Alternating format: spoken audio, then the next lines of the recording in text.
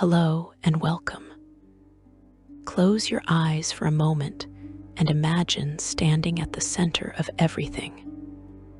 Not metaphorically, but literally at the axis point, where all planes of existence converge. Imagine a city that curves upward instead of outward, where you can look directly overhead and see buildings, streets, and thousands of lives being lived on what should be the sky. Now imagine that every doorway, every arch, every painted outline on a crumbling wall might lead anywhere in the multiverse. Open your eyes. You are thinking of Sigil, the city of doors, and nothing in your experience has prepared you for what awaits. You find yourself approaching something that defies the laws of reality as you understand them. Sigil floats, impossibly suspended, above the infinite Spire, at the center of the Outlands.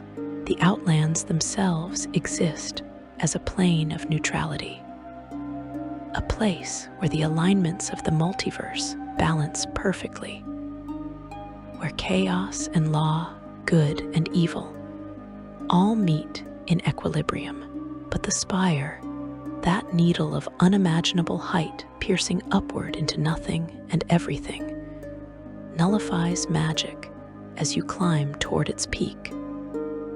Divine power fades. Arcane energy dissipates.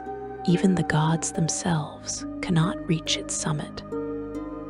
And there, at the very top, rests Sigil like a crown that no deity may wear.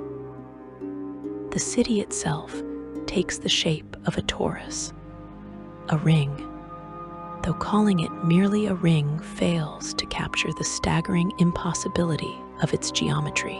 Picture a tire, but one so vast that scholars debate its precise measurements.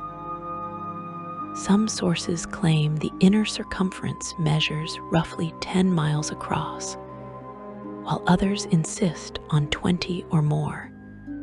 The discrepancy itself suggesting that Sigil may resist consistent measurement. The outer edge extends even further, and the entire structure curves inward so that the city rests on the interior surface of this ring. Stand in one district and look up, and you see another district hanging overhead, inverted, impossible. Yet there, buildings cling to what should be a ceiling. People walk on surfaces that defy gravity. Rain falls up in some areas, down in others, depending on your perspective and location. You cannot fly into Sigil. You cannot teleport into Sigil. You cannot plane shift into Sigil. These methods simply fail, blocked by something fundamental to the city's nature. The only way in requires finding a portal, and portals exist everywhere, hidden in plain sight throughout the multiverse. That archway in Waterdeep might lead to Sigil. That painted door in the abyss could open into a Sigil alley. That natural stone formation in the Beastlands might frame a doorway to the city of doors. But you need the key. Always you need the key. The sky above Sigil, if you can call it a sky, presents an endless twilight, neither day nor night, but something caught between. The light emanates from the city itself, from no visible source, creating perpetual gloom. No sun rises or sets here. No moon phases through cycles. Time passes, marked by the city's own rhythms, but the illumination remains constant, dim, atmospheric. The light's origin remains a subject of debate among scholars. Some suggest it comes from the spire below, filtered through unknowable forces. Others believe the city generates its own luminescence through the collective energy of countless portals. No one knows with certainty, and in Sigil, certainty proves a rare commodity. You walk the streets, and the cobblestones feel solid beneath your feet, yet you understand intellectually that you stand on the interior of a ring. The pull you feel, the force keeping you grounded, does not come from mass or traditional gravity. Sigil operates under its own laws, laws that supersede even the fundamental forces governing other planes. Here, up and down exist as concepts defined by the city itself, not by physics or magic. You could walk in a straight line long enough, and eventually you would complete the circuit, arriving back where you started, having traveled the entire inner circumference. The architecture defies categorization. Buildings from 1,000 cultures, 1,000 worlds, 1,000 architectural traditions all pressed together. A Gothic cathedral of dark stone stands next to a ziggurat of sun-baked clay.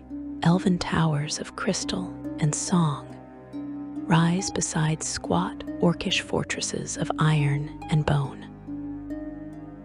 Modern cubes of perfect geometric precision share walls with chaotic structures that seem to shift when you are not looking directly at them. Nothing matches, nothing coordinates.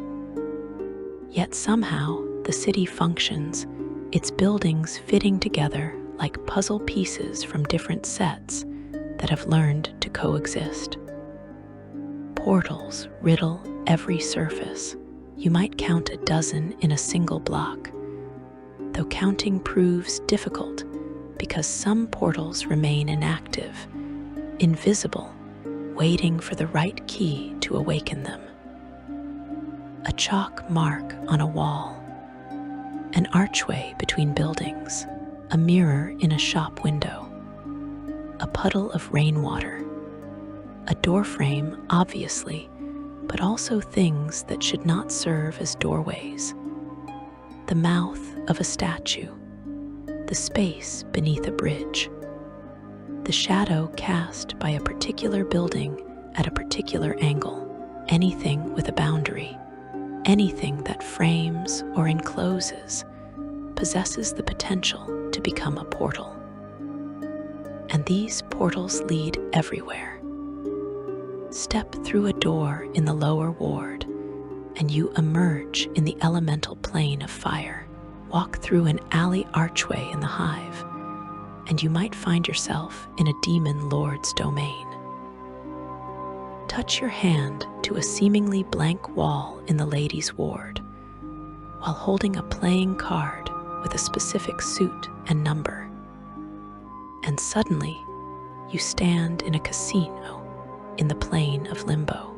The connections shift, the destinations change, but the portals endure, constant in their inconstancy. You begin to understand why they call it the City of Doors. Not because it has many doors, though it does, but because the city itself functions as a door. Sigil serves as the ultimate hub, the grand central station of the planes. Every plane connects to Sigil. Every plane can be reached from Sigil. Want to travel from Mount Celestia to the 9 hells without traversing the astral plane? Route through Sigil. Need to move goods from the prime material plane to the city of brass in the elemental plane of fire. Ship them through Sigil. Seeking to escape pursuit across planar boundaries. Lose yourself in Sigil's maze-like streets, where portal networks make tracking impossible. The implications stagger the mind. Sigil represents the most strategically valuable location in existence. Control Sigil, and you control planar travel. Rule Sigil, and you rule the pathways between worlds. Conquer Sigil, and the multiverse lies open before you. Every power, every deity, every ambitious archmage and demon lord has recognized this. Every one of them has coveted the city. Every one of them has failed. They fail because Sigil belongs to the Lady of Pain, and the Lady of Pain shares with no one. She permits no gods within her city. She tolerates no worship of herself. She responds to threats with overwhelming, immediate, incomprehensible force.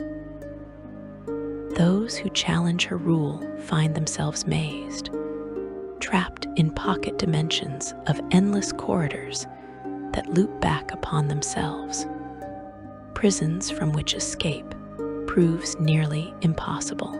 Those who worship her despite her prohibition discover that divine attention brings only her wrath. Those who plot against Sigil's sovereignty simply disappear, their fates unknown, their warnings unheeded by the next ambitious fool.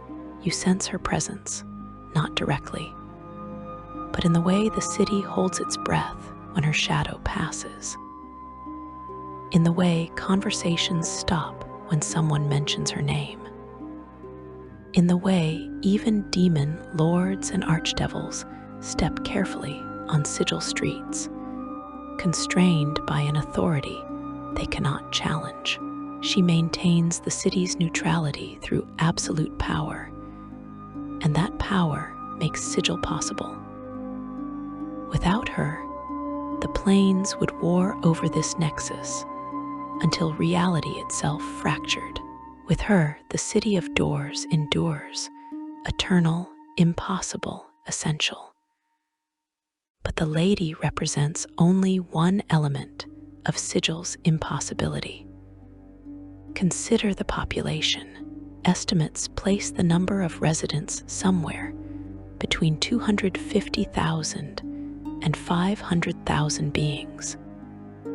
Though census taking proves impossible, when residents might portal out for an afternoon and never return, or when refugees from a collapsing demoplane arrive in waves of thousands. These inhabitants come from everywhere. Every race, every species, every form of sentient life finds representation here. Humans walk beside Githzerai, who trade with Modrons, who negotiate with Slotty, who bargain with demons, who buy from angels, who sell to devils. This mixing should create chaos. Different species with incompatible biologies, conflicting ethics, opposing alignments, and ancient hatreds all pressed together in close quarters. War should be constant. Murder should fill the streets. The city should tear itself apart. Yet it functions. Businesses operate. Trade flows. Neighborhoods establish their own identities and boundaries. The reason involves more than the Lady's oversight. Sigil's residents understand the alternative. Outside these walls, the planes offer infinite space, but also infinite danger. Here, protected by the Lady's absolute prohibition against divine interference, even the weakest mortal can walk streets that archdevils also tread, and both exist under the same iron law. The city's very existence at the peak of the Spire creates another impossibility. Magic fails as you climb the Spire. Divine power weakens. Yet Sigil functions with both magic and divine energy present. somehow exempt from the Spire's nullifying effect. Spells work normally within the city. Clerics channel their deity's power without difficulty, despite those deities being unable to enter Sigil themselves. The portals themselves represent magical constructs, operating without hindrance. Some force, some fundamental exception, allows Sigil to ignore the Spire's properties, while simultaneously benefiting from its strategic position. Whether this exemption comes from the Lady's will, or from something intrinsic to Sigil's nature, remains a matter of scholarly debate. You walk these streets as an outsider, perhaps, newly arrived, still adjusting to the wrongness of seeing a city overhead when you look up. But watch the natives, the Cagers as they call themselves, and you see they navigate this impossible geography without thought. They know which portals lead where. They recognize the subtle signs marking active doorways. They speak the cant, the local slang that marks them as true Sigilians rather than clueless primes fresh from some backward material plane.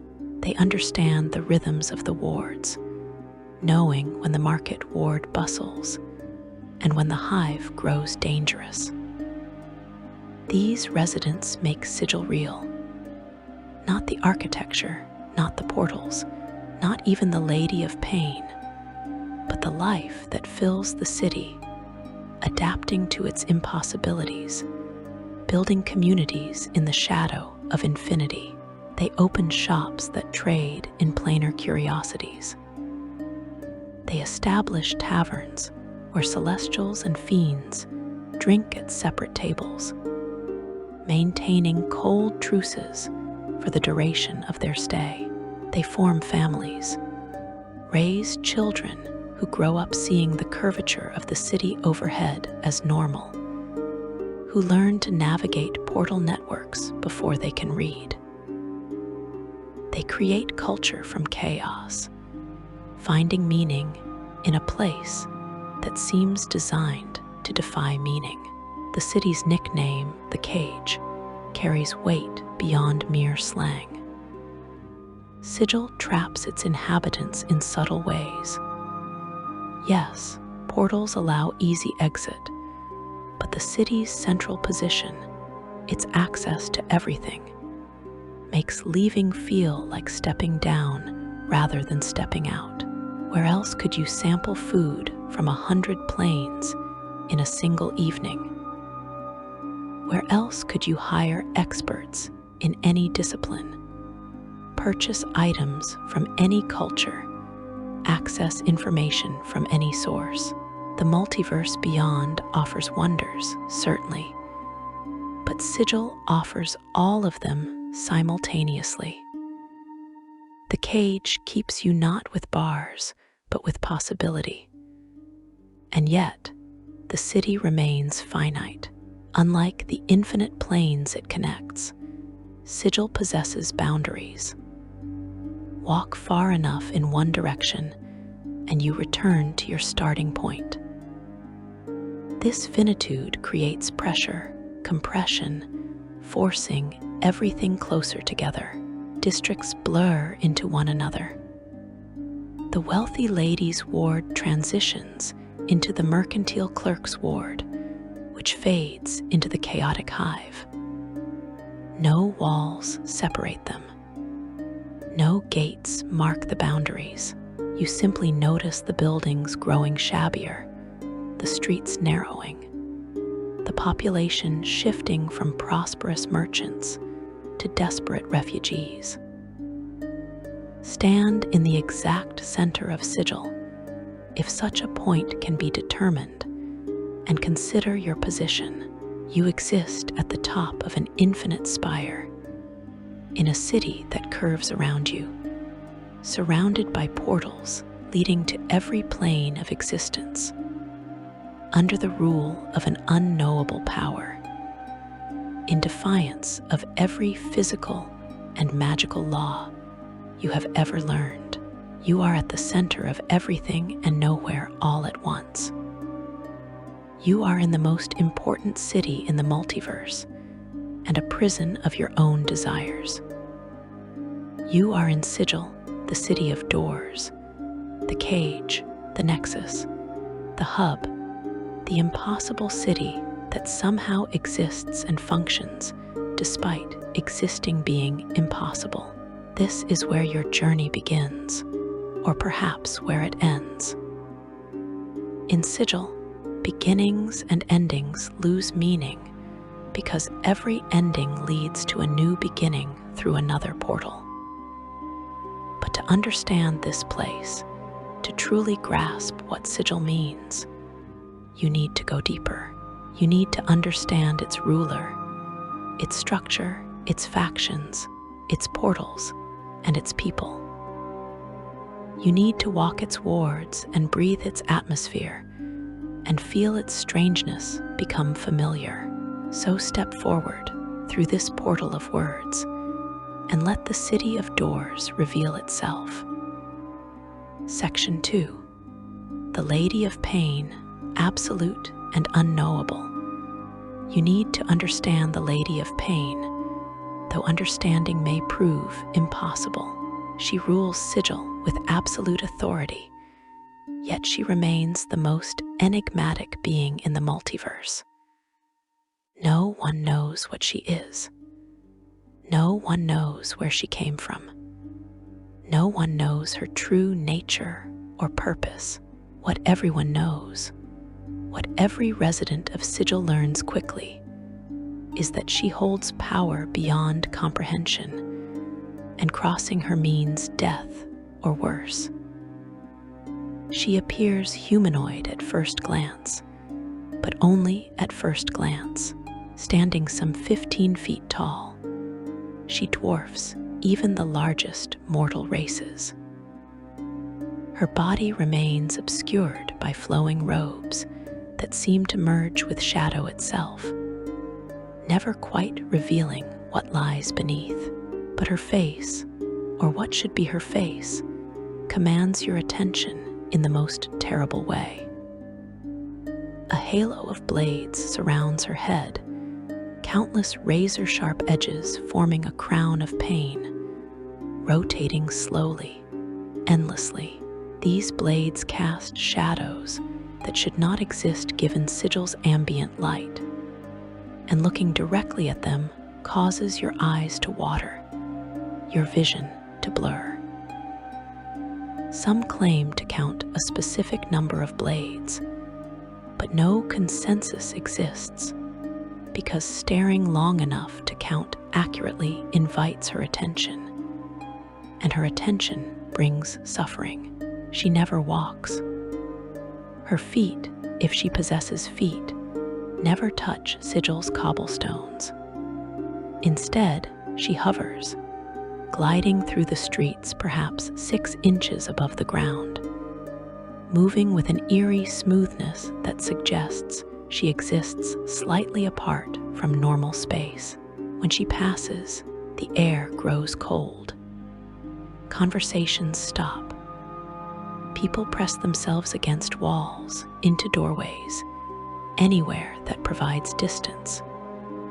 Even hardened planar travelers, beings who have stared down demons and bargained with devils, feel primal fear in her presence.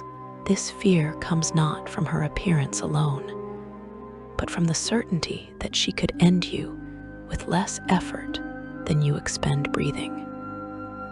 She never speaks. In all the time that Sigil has existed, no one has heard the Lady of Pain utter a single word. She issues no proclamations. She gives no warnings. She offers no explanations. Her will manifests through action, swift and final. The Dabbas, her mysterious servants, sometimes convey information about Sigil's workings, but they never claim to speak for her. They simply exist as extensions of her presence, maintaining the city, enacting changes, appearing when she requires intervention.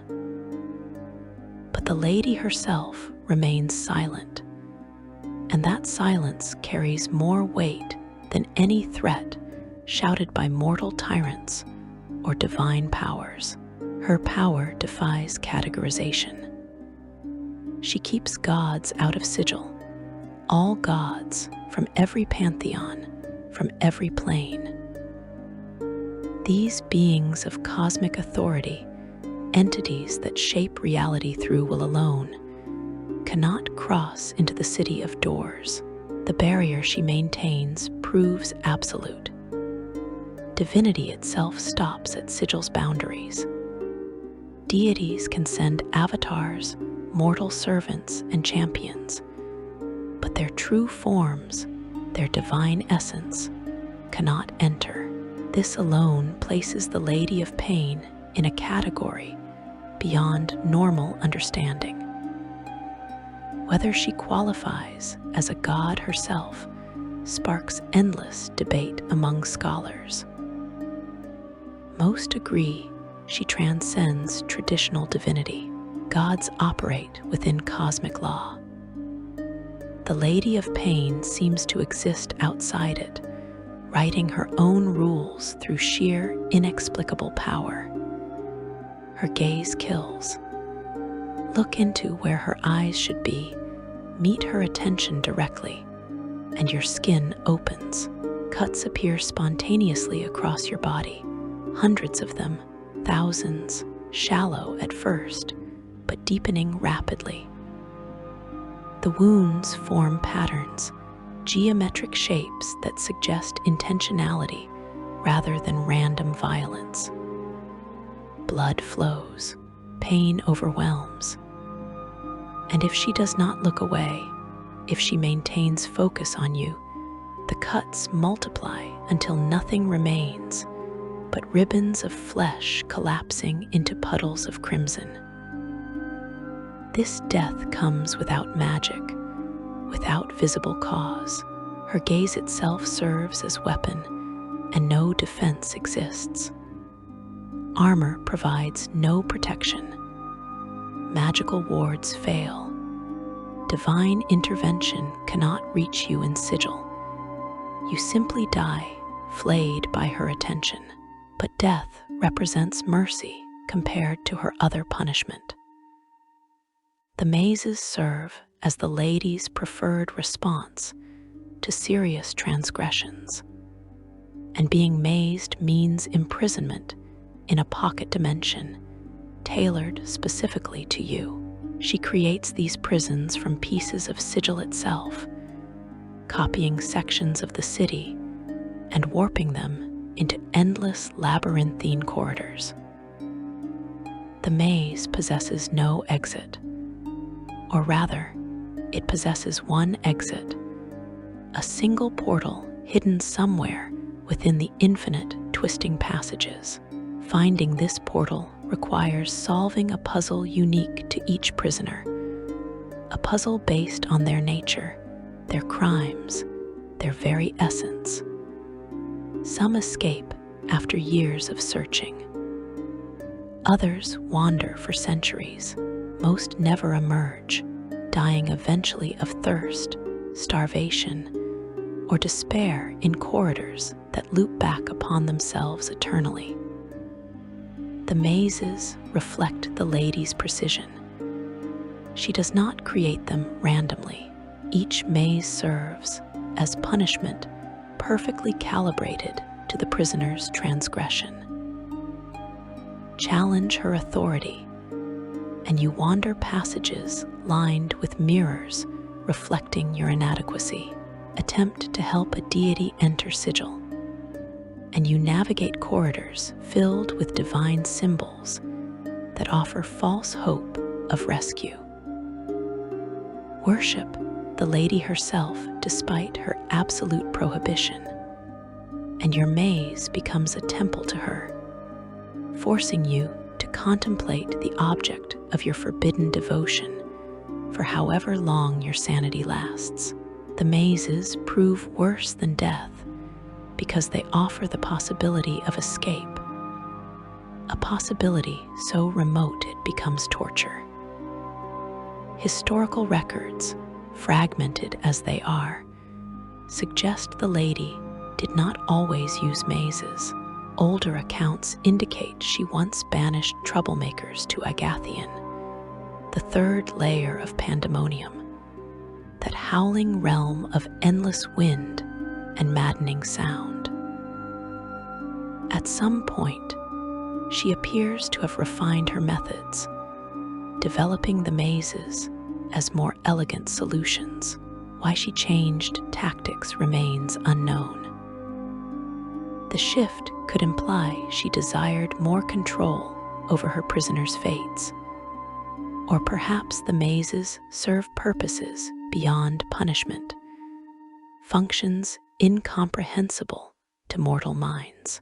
The lady offers no explanations, and speculation provides no answers. The Dabus serve as her hands in Sigil, though calling them servants oversimplifies their nature. These beings appear humanoid, standing roughly 6 feet tall, with horned heads reminiscent of goats or rams. They float above the ground as their mistress does, their feet never touching the cobblestones. They wear simple clothing, carry tools, and work constantly throughout the city. You see them repairing cobblestones, trimming razor vine from building walls, patching crumbling facades, maintaining fountains, cleaning streets. They function as Sigil's maintenance crew, custodians of the impossible city. But they represent more than workers. Their true nature sparks debate. Some scholars suggest the Dabus are living manifestations of Sigil itself, physical expressions of the city's essence, given form by the lady's will. Others believe they existed before her, servants bound to Sigil regardless of who rules it. The Dabus never speak aloud. Instead, they communicate through rebuses, visual symbols and pictograms that appear floating in the air near their heads. These images convey meaning directly, bypassing language barriers, allowing anyone to understand regardless of their native tongue. A Dabus might respond to a question by projecting an image of a door with a question mark, followed by directional symbols and specific landmarks. The system works efficiently, though conversations with Dabus tend toward brevity. They answer questions related to Sigil's function, but remain silent on deeper mysteries, especially anything concerning the lady herself.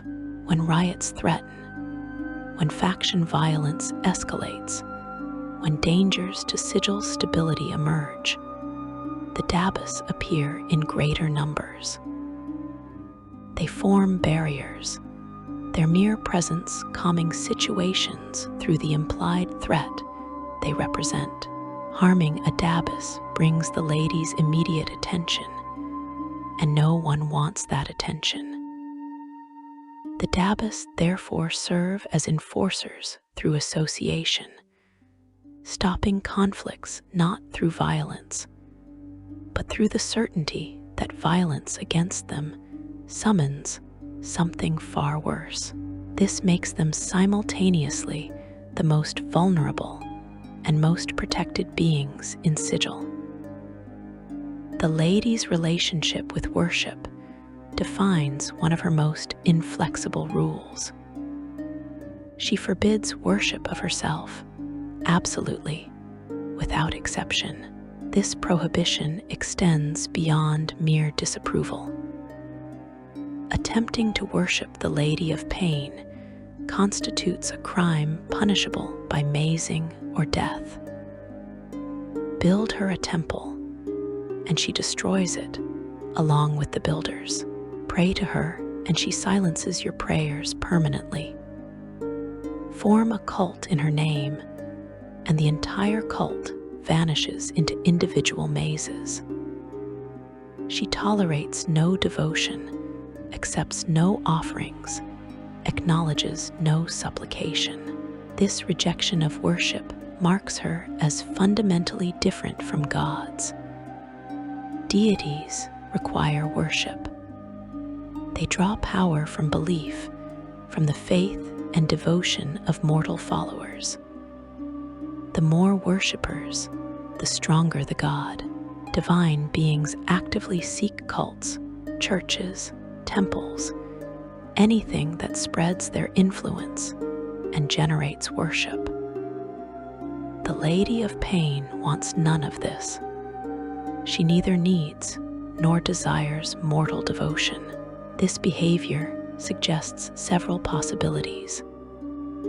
Some theorize this proves she already possesses absolute power, requiring no external source.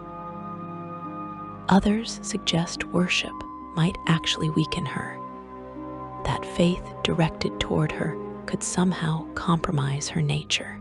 Still, others believe she simply finds worship offensive, an affront to her essential being. No evidence confirms any theory conclusively. The god Eoskar learned this prohibition's consequences in the most dramatic fashion. Eoskar, deity of portals and doorways, found Sigil's nature perfectly aligned with his divine portfolio. The city of doors, the nexus of planar travel, seemed like it should fall under his authority. His followers established a significant presence in Sigil, building temples, conducting services, spreading worship. The believers of the Source, one of Sigil's factions, maintained particularly strong ties to Eoskar, with their factal serving as the god's high priest. And then, whether through deliberate choice or misguided interpretation, some of these followers began making connections between Eoskar and the Lady. Perhaps she served as his servant, they suggested. Perhaps worshipping her honored Eoskar, they began conducting rituals that blurred lines between deity and lady. The Lady's response proved devastating and immediate. She destroyed Eoskar's primary temple, the Grand Temple in the Lady's Ward, obliterating the structure completely. She killed the factal and many of his followers. She mazed Eoskar's priests, sending them into individual prisons from which most never returned. And Eoskar himself, the god, she destroyed. The exact mechanism of his destruction remains unclear. Scholars debate whether gods can truly die, or whether Eoskar suffered some other fate, but the outcome remains consistent. Eoskar ceased to exist as a functional deity. His divine power shattered. His realm collapsed or merged with others. His worshippers lost all connection to him. A god, a legitimate deity with established power and countless followers, was unmade because his worship became associated with the Lady of Pain. The ruins of that temple still stand in the Lady's Ward, deliberately left unrepaired. A permanent reminder of what happens when worship crosses forbidden boundaries. The Athar faction later claimed these ruins for their headquarters, calling it the Shattered Temple, finding the symbolism of a destroyed god's shrine perfectly aligned with their philosophy that deities are frauds. The event sent shockwaves through divine communities across the planes. If the lady could destroy Eoskar, what could she do to others? The answer, everyone concluded, was anything she wanted. The Lady of Pain's power clearly exceeded divine authority, operating on some other level entirely. This realization spawned countless theories about her nature. Perhaps she existed before the current gods, a remnant of some earlier cosmic order.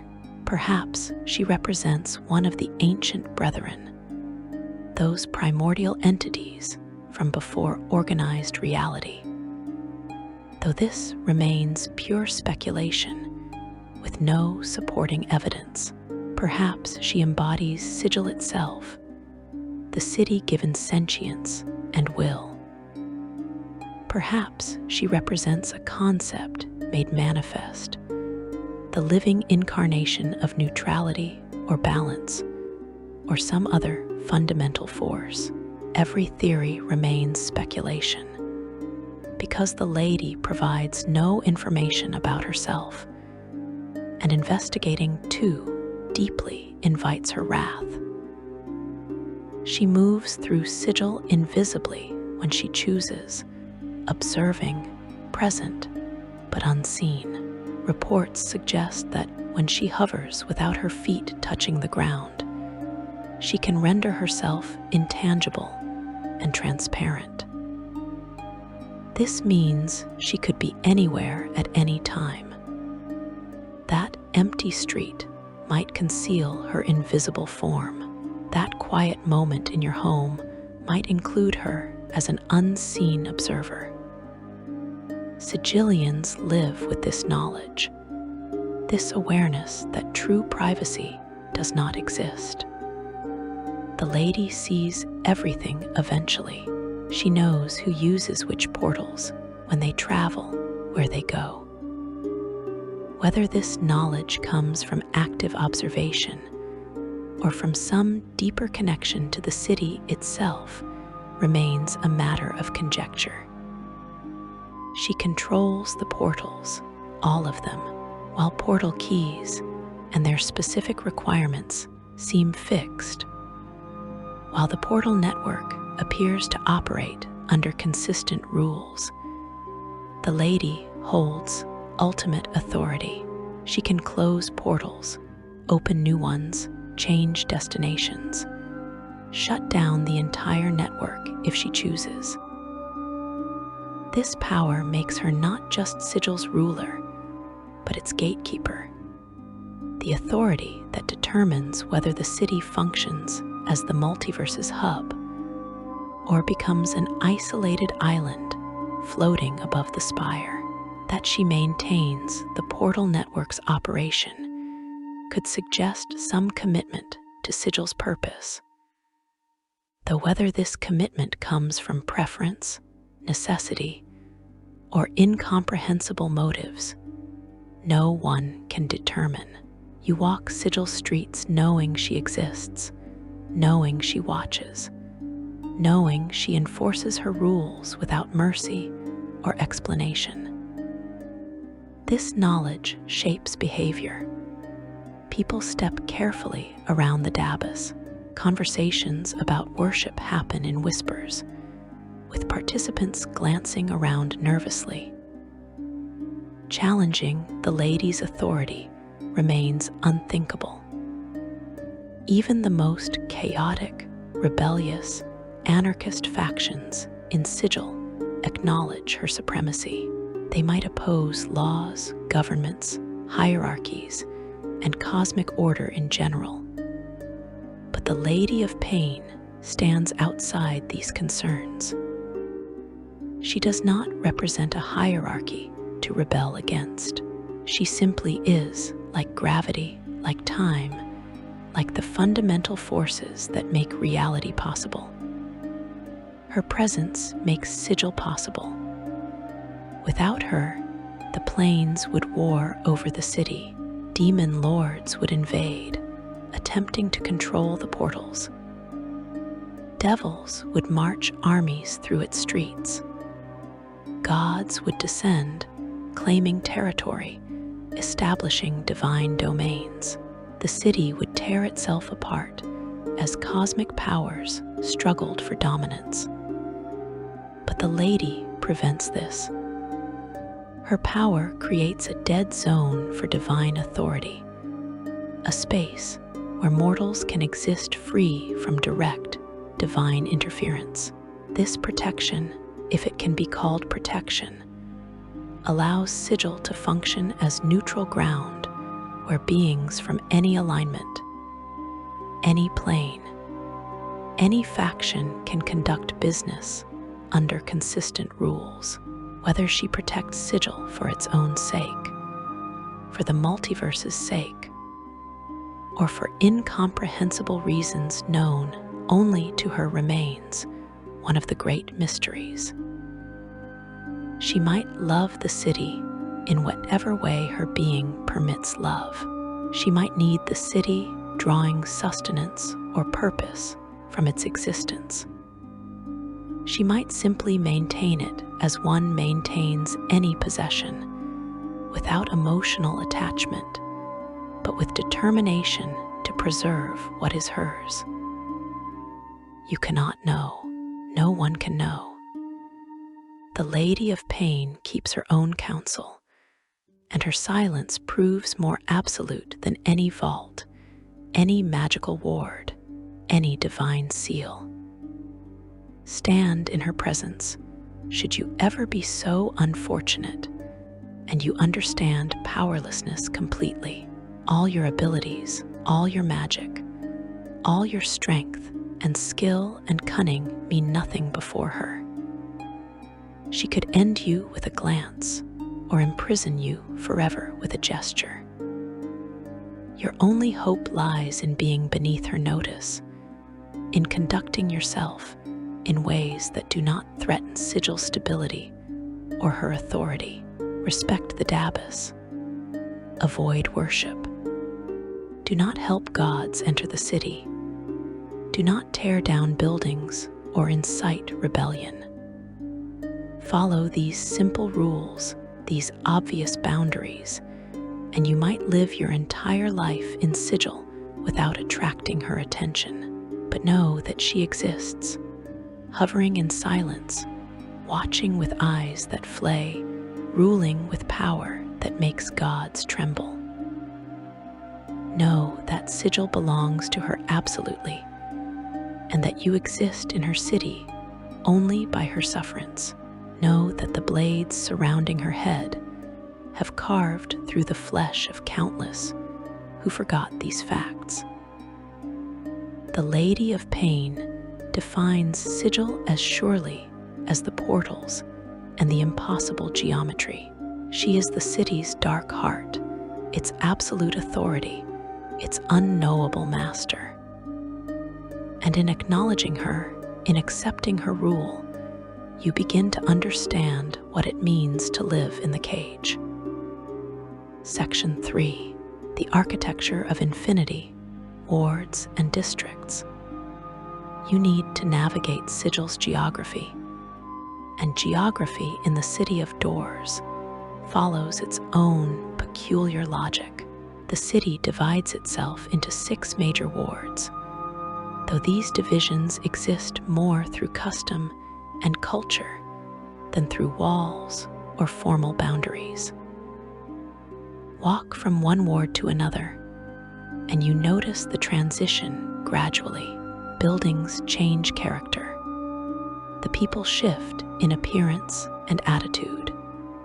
The very atmosphere transforms. But no gate marks the passage. No sign announces the crossing. You simply find yourself somewhere different, aware that you have moved from one district into another through accumulated small changes. The Ladies' Ward claims the highest status, though in a city wrapped around itself, high and low lose traditional meaning. This district houses Sigil's elite, the powerful, the wealthy, the influential. Grand buildings line its streets, structures of marble and crystal, monuments to prosperity and authority. The city court sits here, that massive governmental building where Sigil's administrators conduct official business, where disputes get resolved, where the complex bureaucracy that keeps the city functioning maintains its offices. The building itself sprawls across several blocks, its architecture blending styles from a dozen planes, creating something simultaneously elegant and discordant. The Hall of Speakers rose in the ladies' ward during the height of factional power, serving as headquarters for the Fraternity of Order, one of Sigil's major factions. This building embodied law and structure, its facade presenting perfect symmetry, its interior organized with obsessive precision. Every document filed correctly, every room numbered sequentially, every procedure followed exactly. The governors, as faction members called themselves, believed law underlay all reality, that understanding these fundamental laws granted ultimate power. Their headquarters reflected this philosophy in stone and ritual. After the faction war and the banishment of official faction authority, the building's current status reflects the changed political landscape.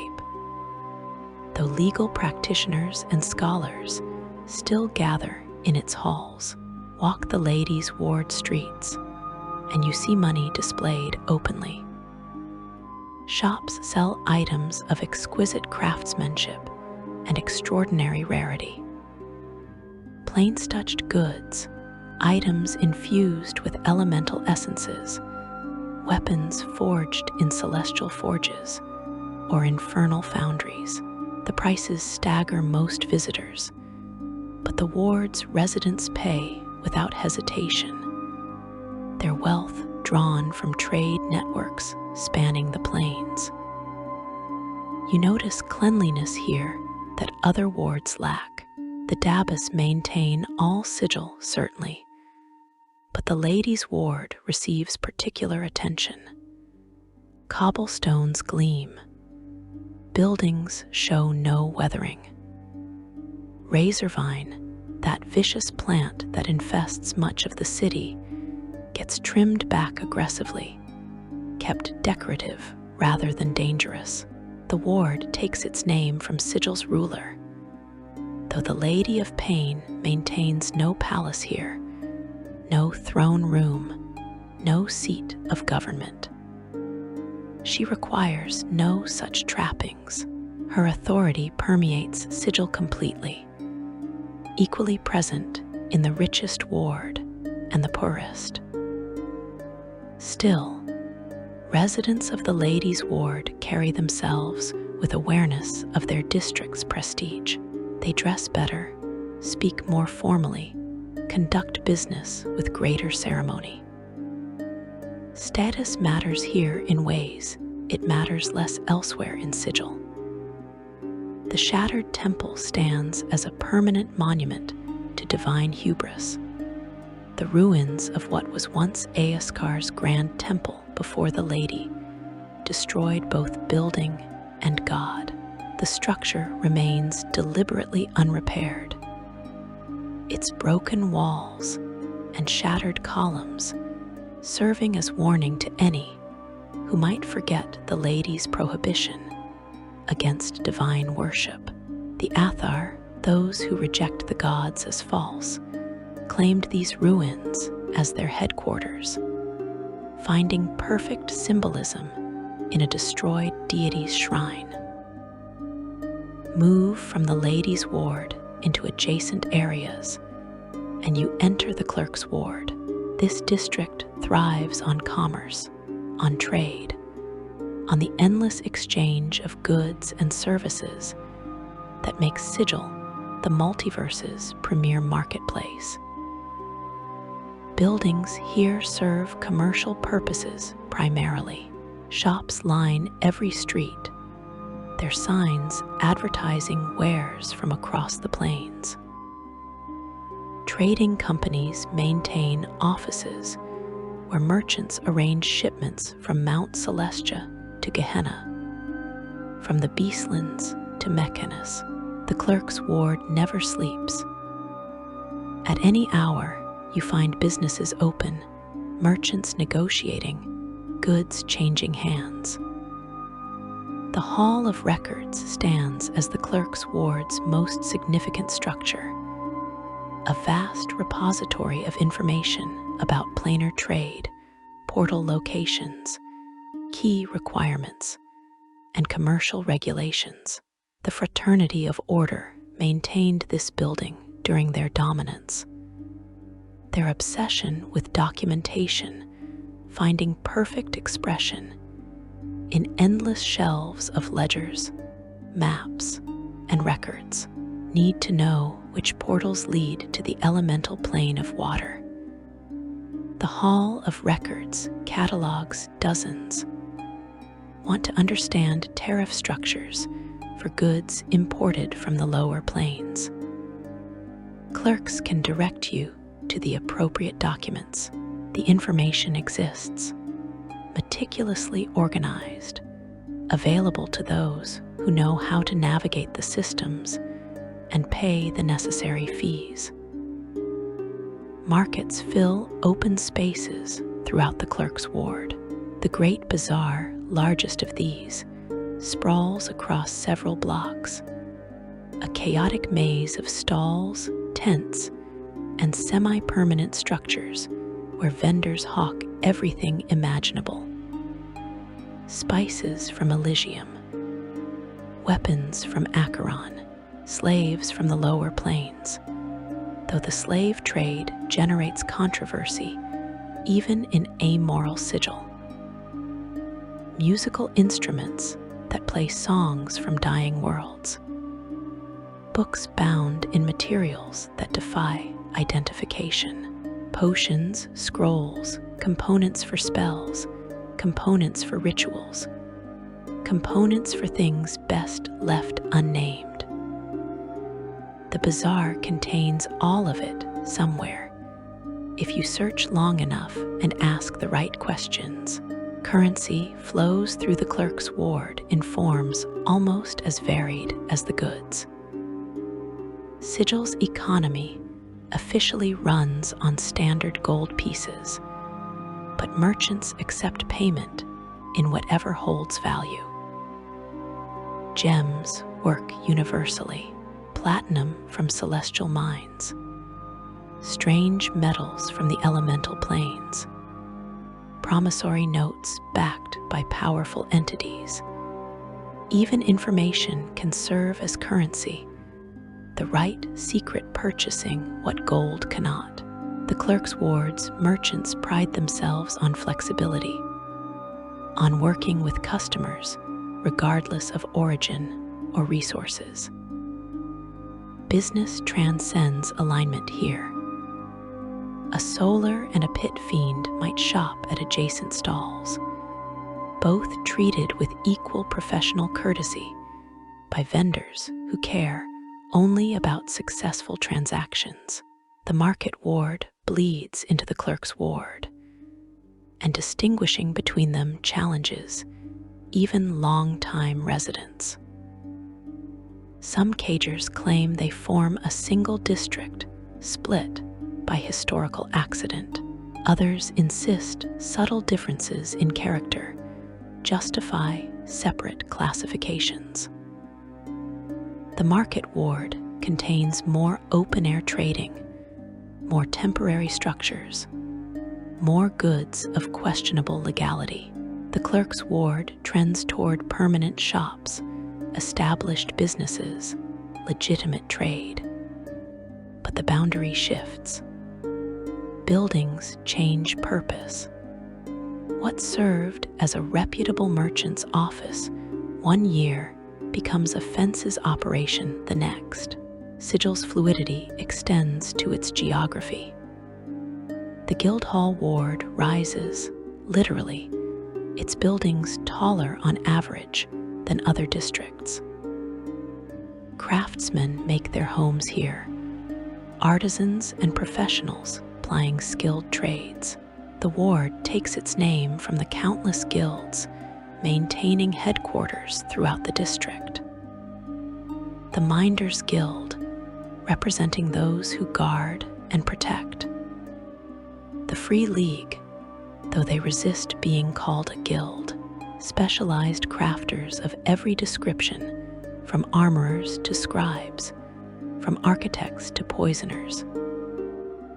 Each guild maintains a hall, establishes standards, trains apprentices, protects its members' interests.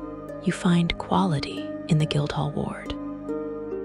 The craftsmen here have mastered their trades through years or decades or centuries of practice. A sword purchased from a Guildhall ward armorer will be balanced perfectly, its edge holding longer than weapons forged elsewhere. A spell component prepared by a Guildhall ward alchemist will possess higher purity than components sold in the Great Bazaar. A building designed by a Guildhall ward architect will stand for generations, its structural integrity beyond question. This quality comes at cost, naturally. Guildhall ward professionals charge premium prices, but they deliver work justifying those prices. The Great Gymnasium dominates one section of the Guildhall ward, a massive training facility where warriors of all types hone their skills. The Transcendent Order maintained this building as their headquarters, and their philosophy, believing action transcends thought, found perfect expression in constant physical training. Fighters spar in dozens of rings simultaneously. Archers practice at ranges accommodating impossible distances. Students of exotic martial arts from across the plains share techniques, creating hybrid fighting styles that blend traditions never meant to combine. Even after the faction's official authority ended, the gymnasium continues its function, still serving those who seek to unite body and mind through movement. Walk the Guildhall ward at any hour, and you hear work in progress, hammers on anvils, saws cutting wood, chisels shaping stone. The district produces constantly, endlessly. Raw materials arrive through portals from resource-rich plains. Skilled hands transform these materials into finished goods. Completed items ship out through other portals to markets across the multiverse. The cycle perpetuates itself, driven by demand that never ceases. Everyone needs something. The Guildhall ward builds it. The lower ward occupies a different section of Sigil's ring, both geographically and socially distant from the ladies' ward. Where the ladies' ward presents elegance, the lower ward offers functionality at best, squalor at worst. This district houses Sigil's heavy industry, its forges and foundries, its workshops producing goods through muscle and sweat rather than delicate craftsmanship. Smoke fills the air here, acrid and thick, pouring from chimneys and vents, creating a permanent haze that dims Sigil's already murky light. The smell combines coal smoke, burning metal, chemical processes, and industrial waste into something that makes newcomers gag and long-term residents barely notice. the Great Foundry anchors the lower ward, a structure so massive it dwarfs surrounding buildings. Here, industrial production reaches its apex. Furnaces burn constantly, fed by fuel imported through portals from planes of fire and magma. Molten metal flows through channels carved into the floor. Workers labor in conditions that would kill unprotected mortals, sustained by magic or by alterations to their fundamental biology. The believers of the Source, called Godsmen, ran the Great Foundry during the faction era, and their belief that all beings progress toward godhood through self-improvement found expression in backbreaking labor. Work transforms you, they preached. Suffering refines you. Through the forge's heat, mortal dross burns away, leaving divine potential. Even after the faction's banishment, the foundry continues operation under new management, its industrial output too vital to Sigil's economy to cease. You see hard lives in the lower ward. The workers here do not enjoy the prestige of Guildhall Ward craftsmen or the wealth of Clerks Ward merchants. They labor for modest wages under difficult conditions, living in tenements where multiple families crowd into spaces meant for one. But they endure because Sigil offers opportunity absent on many planes. A worker in the lower ward, no matter how poor, exists beyond direct divine control. Gods cannot enter Sigil. Demon lords cannot claim souls here. The lower ward resident lives free, and freedom, even freedom in poverty, holds value. Portals in the lower ward tend toward industrial uses. Large portals connect to resource-rich planes, allowing extraction of materials needed for manufacturing. The proximity to elemental planes makes importing raw materials efficient, while portals to various outer planes facilitate shipping finished goods to distant markets. These portals serve functional purposes rather than facilitating casual travel. They exist as tools, resources, extensions of Sigil's industrial capacity. The hive sprawls across a vast section of Sigil, easily the largest ward by area, if not by confirmed population, though counting hive residents proves impossible. This district defies organization. No central authority governs here effectively. No coherent structure exists. Buildings collapse and get rebuilt differently. Streets wind in patterns that defy logic. Portals open and close with unsettling irregularity. The hive represents chaos given physical form, a place where Sigil's usual order frays and sometimes snaps entirely. You enter the hive and you feel the difference immediately. The buildings lean at dangerous angles, many on the verge of collapse. Razorvine grows unchecked, covering entire structures, its blade-sharp leaves and stems creating barriers and hazards. The Dabus maintain the hive less frequently than other wards, their efforts focused where maintenance produces visible improvement.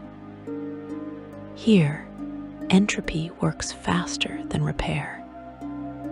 Graffiti covers every available surface. Some marks represent simple territorial claims, gang signs establishing boundaries. Others hold deeper meaning, functioning as warnings or directions or keys to nearby portals for those who understand the symbols. The hive houses Sigil's most desperate residents, refugees from planar wars, people fleeing persecution on their home worlds, those who fell through society's cracks in more organized wards, criminals hiding from various authorities, the insane, the broken, the lost. All of them wash up in the hive eventually, finding shelter in abandoned buildings, scraping together survival through any means available. Danger permeates the district. Walking hive streets at any time invites robbery, assault, or worse, though the risks increase during Sigil's dimmer periods that approximate night. Yet life persists here with surprising resilience. Communities form around shared origin, shared faith, shared circumstance. You find entire blocks inhabited primarily by refugees from specific planes, their original cultures adapted to hive survival. Neighborhoods of tieflings united by their planar heritage and mutual support. Clusters of believers in unpopular or forbidden faiths, practicing their rituals away from more judgmental wards. The hive permits difference. It lacks resources to exclude anyone, lacks organization to enforce conformity. Survive, and you belong. Fail to survive, and the hive forgets you quickly. The gatehouse stands in the hive, a massive fortified structure serving as Sigil's asylum for the insane, and to some extent, as a prison for those whose madness makes them dangerous. The bleak cabal ran this place during the faction era, and their philosophy that existence lacks inherent meaning found constant reinforcement in their work with the mad. The gatehouse contains hundreds of inmates, some violent, some catatonic, some seemingly rational until they suddenly are not. The Bleakers tended them with rough compassion, believing that everyone eventually confronts meaninglessness, that madness represents honest reaction to existential truth. The building itself broods over the surrounding hive, its thick walls and barred windows promising containment. After the factions lost official authority, the gatehouse continues its grim function under the supervision of former Bleakers and other caretakers. Portals in the hive lead to dangerous destinations more often than not. Lower planar realms, hostile regions of the prime material, collapsing demiplanes. Whether the hive attracts such portals naturally, or perhaps more benign portals once existed and closed over time, leaving only the most undesirable connections, remains unclear. Hive residents learn young which portals to avoid, which alley mouths lead to places worse than Sigil's worst district. The 6th Ward, under Sigil, exists below the city proper, accessed through tunnels, sewers, and passages cutting through Sigil's foundations. Most cagers hesitate to classify under Sigil as a true ward. It lacks the organization, the definition that other districts possess. But enough people inhabit these tunnels, enough communities establish themselves in the darkness, that under Sigil has earned recognition as Sigil's hidden ward. You descend into under Sigil through access points scattered throughout the city. Maintenance, passages used by the Dabus. Natural openings formed by settling or structural failure. Hidden entrances known only to those who call Under Sigil home. The tunnels extend in all directions, creating a three-dimensional maze beneath Sigil streets. Some passages follow logical paths, running beneath major roads, clearly designed for sewage or drainage. Others wind incomprehensibly, seeming to serve no obvious purpose, perhaps remnants of older iterations of the city, or constructed for reasons long forgotten. Darkness dominates Under Sigil, absolutely. Sigil's ambient light does not penetrate here. You need magical illumination, torches, or other light sources to pierce the black.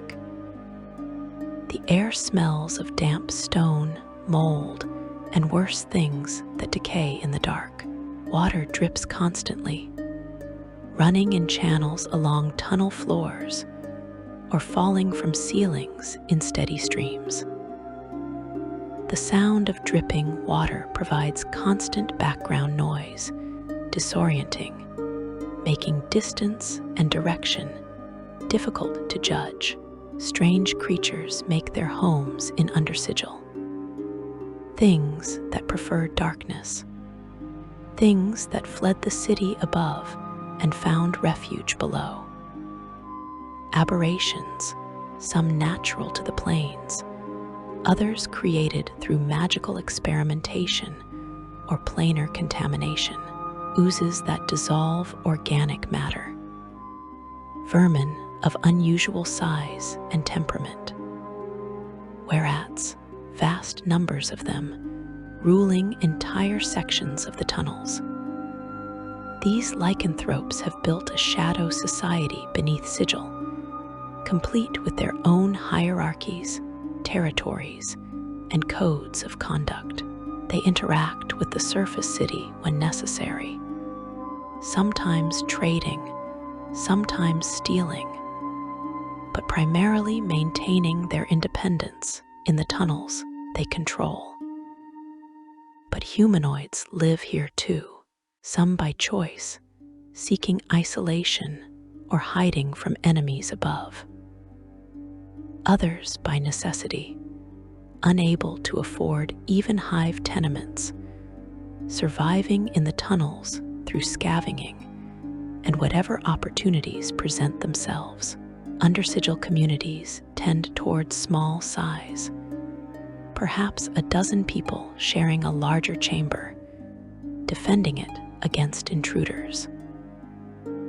These groups rarely interact with the surface city, except to obtain food or sell items found in the tunnels.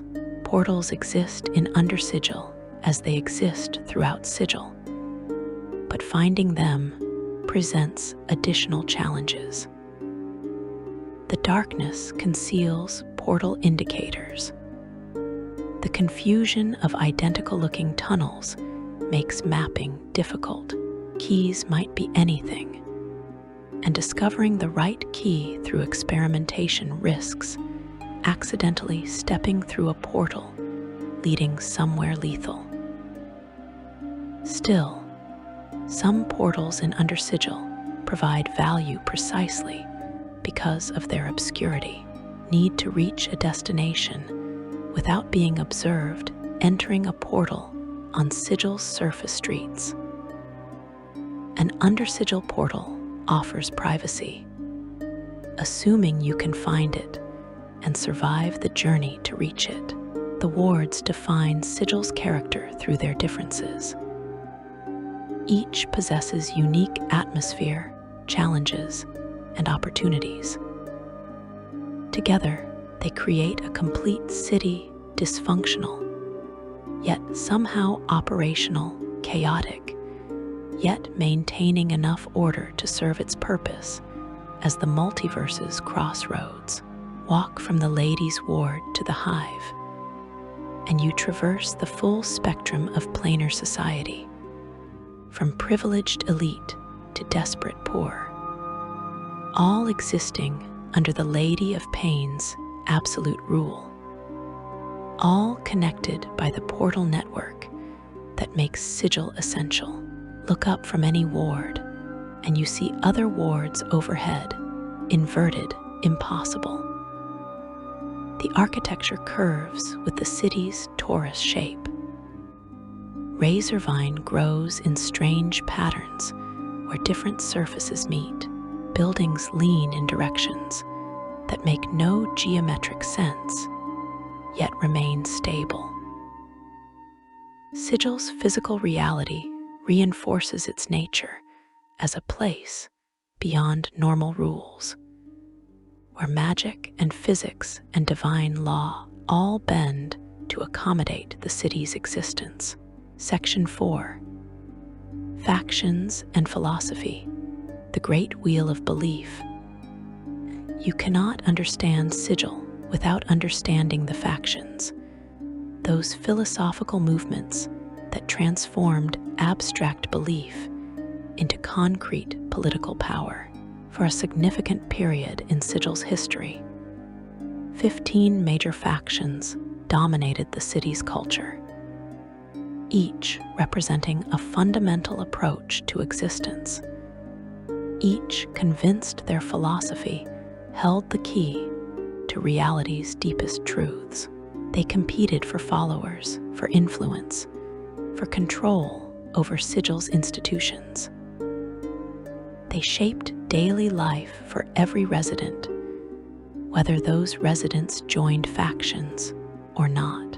And eventually, their competition erupted into war, drawing the Lady of Pain's attention with predictable consequences. The factions emerged from a simple recognition that Sigil, positioned at the center of the Great Wheel cosmology, reflected every philosophical position simultaneously. The planes themselves embody belief given form. Mount Celestia rises as a monument to lawful good. The abyss churns as endless chaotic evil. Mechanus turns as perfect law. Limbo shifts as pure chaos. Every alignment, every philosophical stance, every approach to existence manifests somewhere in the planes. Sigil, connecting all these planes, naturally attracted believers in every philosophy. These believers organized. They recruited.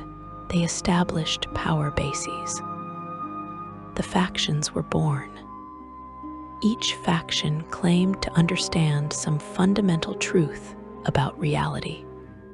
Not opinion, not preference, but actual truth about how the multiverse functions and what meaning existence holds.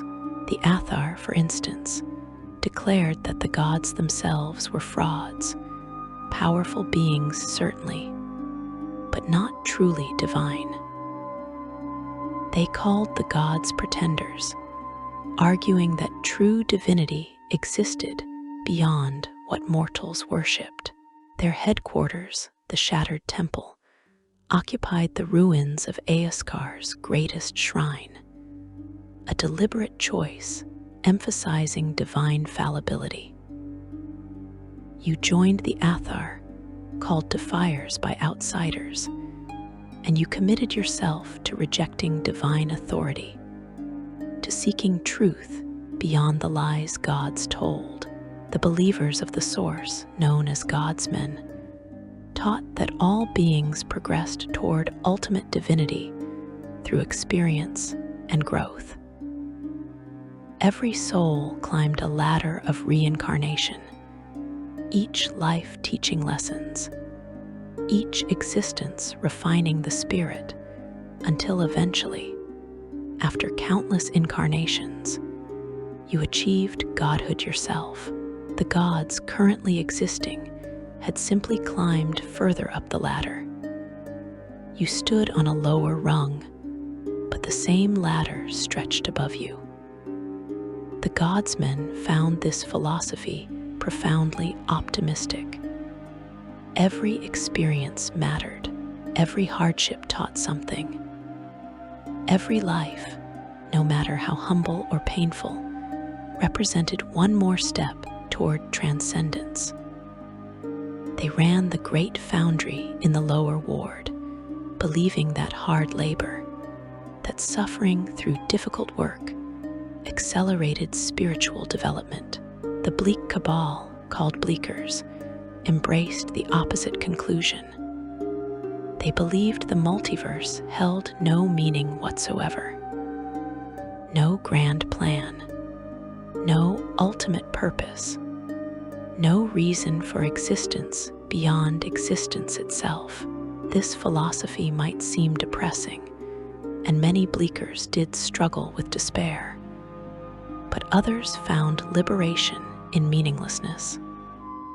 If nothing mattered objectively, then you created your own meaning. You decided what held importance. The Bleakers operated the gatehouse, Sigil's asylum, working with the insane. They saw madness as honest reaction to existential truth, perhaps more honest than the delusions of meaning that others constructed. The Doomguard, known as Sinkers, preached entropy's inevitability. Everything decayed, everything collapsed, everything moved toward dissolution. The multiverse itself was dying, had been dying since its creation, would continue dying until nothing remained. Fighting this process proved futile. Better to accept entropy, to work with it, to embrace the reality of ending.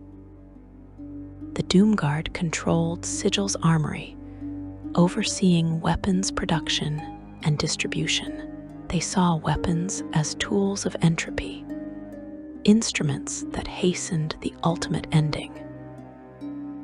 Their philosophy attracted warriors, mercenaries, and those who found meaning in destruction's inevitability. The Dustmen, who called themselves the Dead, believed that everyone was already deceased. Life, as mortals experienced it, represented a false existence, a shadow of true life that lay beyond death. The body's death merely freed the soul for authentic existence. Dustmen treated life with detachment, viewing emotions and physical sensations as distractions from accepting their true state. They ran the mortuary in the hive, handling Sigil's dead, preparing bodies, managing cremation and burial. Their headquarters reflected their philosophy, a place where death seemed more real than life, where the boundary between living and deceased blurred deliberately.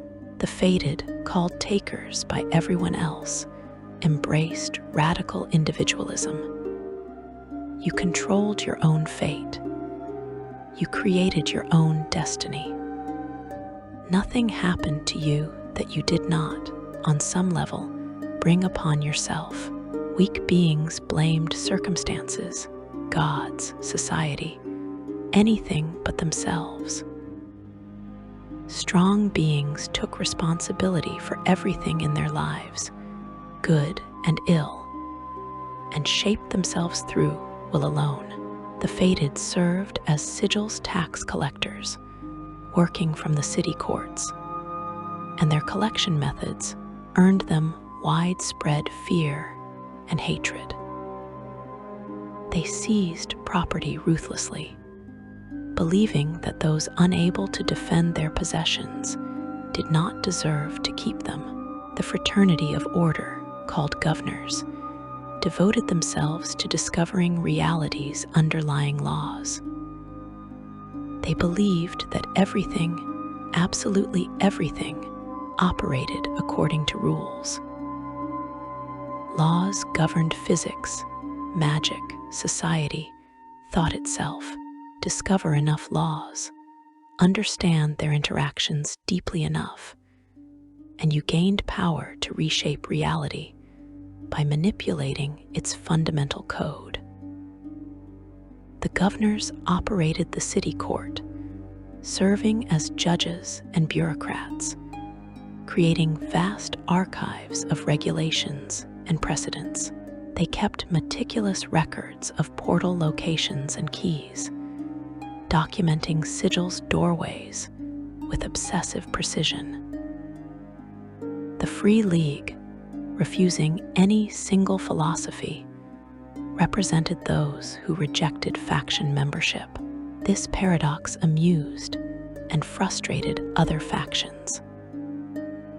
The Free League formed a faction for people who opposed factions, organizing those who valued independence, creating structure for those who rejected structure.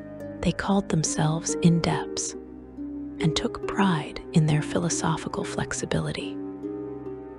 They maintained no headquarters, claimed no territory, operated no city institutions. Instead, they existed throughout Sigil, representing perhaps the city's largest faction through sheer membership numbers, united only by their refusal to unite behind any single truth claim. The Harmonium, called Hardheads, believed that universal peace and prosperity required universal law and order. They sought to bring every plane, every world, every being under a single harmonious system where law governed all action and peace reigned eternally. This utopian vision required force to implement naturally. Those who resisted harmony needed correction. Those who rejected law needed imprisonment or elimination. The Harmonium served as Sigil's police and military, patrolling streets, arresting criminals, enforcing order through overwhelming numbers and righteous certainty. Their red armor became feared throughout the city, associated with brutal efficiency in maintaining law. The Mercy Killers, who rejected any nickname, merged justice with vengeance. They believed that crime demanded punishment, that wrongdoing required retribution, that mercy toward criminals constituted injustice toward victims. They ran Sigil's prisons and courts alongside the governors, determining guilt and sentencing the convicted with harsh consistency. Their philosophy attracted those who had suffered injustice, who had seen criminals escape consequences, who believed society coddled wrongdoers at the expense of the innocent. The Mercy Killers offered certainty that crimes would be punished, that justice, however harsh, would be served. The Revolutionary League, called Anarchists, sought to tear down all power structures they deemed corrupt or oppressive. They rejected hierarchy, authority, and organized government as inherently exploitative. True freedom, they argued, required destroying institutions that claimed authority over individuals. The Revolutionary League maintained no public headquarters, operated through cells, and infiltrated other factions to sabotage them from within. Their members, called anarchists even by themselves, practiced rebellion and sabotage as philosophical imperatives. The Sign of One, called Signers, believed that each individual created reality through thought. The multiverse existed because you believed it existed. Other people had consciousness only because you imagined they did. Everything you experienced represented your own mental construction. This solipsistic philosophy made signers simultaneously supremely confident and deeply isolated. If reality was yours to imagine, then you possessed ultimate power. But if nothing existed outside your mind, then you existed completely alone. Signers pursued mastery over their reality-creating thoughts, seeking to reshape existence through controlled imagination. The society of sensation, called sensates, taught that experiencing everything possible represented the only meaningful goal. Sensation, emotion, experience itself held value beyond any abstract philosophy. You could not understand something by thinking about it. You had to experience it directly. The sensates ran the civic festival in the clerk's ward, creating elaborate entertainments, hosting performances, offering experiences ranging from sublime art to dangerous indulgence. They collected sensory experiences in magical stones that others could touch and live through vicariously, building a library of feeling. The transcendent order, called ciphers, believed action transcended thought. Thinking slowed you, created delay between impulse and movement, introduced hesitation that weakened response. True mastery came from uniting mind and body so completely that action flowed without conscious decision. The ciphers trained constantly at the great gymnasium in the Guildhall ward, practicing martial arts, meditation, and physical disciplines that quieted thought and liberated instinct. They moved with inhuman grace, responding to situations before conscious minds could process them. The Zeacytics, called chaos men, embraced randomness and disorder as reality's fundamental nature. Order existed as temporary illusion. Chaos was truth. They rejected consistency in behavior, belief, and organization. One day, a Zeacytic might preach compassion. The next day, violence. Their headquarters in the hive reflected their philosophy. A building that seemed to change configuration, where interior layouts defied predictable patterns. Communicating with chaos men challenged outsiders, as their speech often devolved into wordplay, non sequiturs, and deliberate incoherence. These 15 factions competed for dominance across an extended period of Sigil's history. They recruited aggressively, offering membership benefits ranging from training to political connections to simple community. Most cagers joined a faction eventually. The structure provided identity in a chaotic city. The philosophy offered meaning in a place where meaning proved elusive.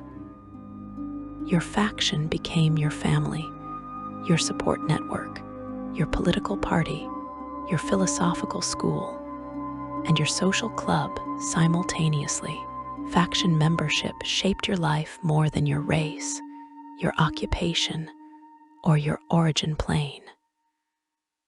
The factions controlled Sigil's institutions through informal agreement and political maneuvering. The Harmonium policed the streets. The Fraternity of Order ran the courts. The Doomguard controlled weapons manufacturing and distribution. The Godsmen operated heavy industry. The Bleakers managed the asylum. The Dustmen handled the dead. This division of labor allowed the city to function despite philosophical disagreements. Yes, the Harmonium and the Revolutionary League held opposite positions on authority, but the Harmonium needed the mortuary to handle criminals they executed, and the Dustmen did not care about politics enough to refuse service. Practical necessity created cooperation, where philosophy demanded conflict, but tensions escalated over time. Factions grew more aggressive in recruiting. Philosophical disagreements erupted into street violence with increasing frequency. Territories became more rigidly defined and defended. The Revolutionary League infiltrated other factions more deeply, sabotaging operations, assassinating leaders. The Harmonium responded with crackdowns that violated even Sigil's loose legal standards. The Mercy Killers pursued justice that looked increasingly like persecution. Moderate voices within factions found themselves marginalized by extremists convinced that philosophical truth justified any action. The faction war erupted as the culmination of these escalating tensions. Historical accounts vary on the specific triggers. Some sources blame the Revolutionary League's assassination of a Harmonium factol. Others point to the Mercy Killers executing members of other factions for questionable crimes. Still, others suggest that the Sign of One attempted to reshape reality in ways that threatened Sigil stability, or that multiple incidents combined to create a critical breaking point. The specific cause matters less than the result. Open warfare consumed Sigil streets. Factions mobilized their members, calling in allies from across the plains, transforming philosophical disagreements into actual battles. Buildings burned. Citizens died caught between warring factions. Portal traffic collapsed as neighborhoods became battlefields. Sigil's function as the multiverse's hub, its entire purpose, deteriorated rapidly, and the Lady of Pain, who had permitted the factions to operate for so long, who had tolerated their competition and conflicts, decided they had crossed a line. Her response proved characteristically absolute and non-negotiable. She did not destroy the factions outright, did not kill factols, or maze all members. Instead, she banished them. All 15 factions received the same decree, communicated through the Dabus, and through events that spoke louder than words. Leave Sigil. Operate elsewhere in the plains if you wish. Never again claim official authority within the city. The factols fled, taking their most loyal followers. Faction headquarters emptied. The complex system that had governed Sigil dissolved in a matter of weeks. The aftermath created chaos different from the faction war's violence, but no less traumatic. Who would police the streets with the Harmonium gone? Who would judge criminals without the fraternity of order and Mercy Killers? Who would run the mortuary, the great foundry, the civic festhal? The answer came gradually, organically. Former faction members remained in Sigil. Individuals who loved the city more than they loved their banished organizations. These remnants formed smaller groups, less formal than factions, without the political power or philosophical certainty that had defined their predecessors. The Harmonium's remnants became the Minders Guild, a private security organization that patrolled for pay. The former governors offered legal services as private practitioners. The Godsmen continued operating the Great Foundry, but as workers and managers rather than as a faction, preaching divine transcendence through labor. The Sensates still ran the civic festival, but as entertainment providers rather than philosophical guides. Sigil's institutions survived, but stripped of their factional identities and political authority. The city adapted to this new reality, learning to function without the factions' rigid structures. The transition period proved difficult, marked by uncertainty and experimentation with new forms of organization. But Sigil endured, as it always had, finding ways to maintain order and provide services through less centralized means. In more recent times, according to some accounts, a new arrangement has emerged. Different sources describe this differently, reflecting Sigil's ever-changing political landscape. Some speak of factions being permitted to return under strict limitations, operating without the absolute authority they once commanded.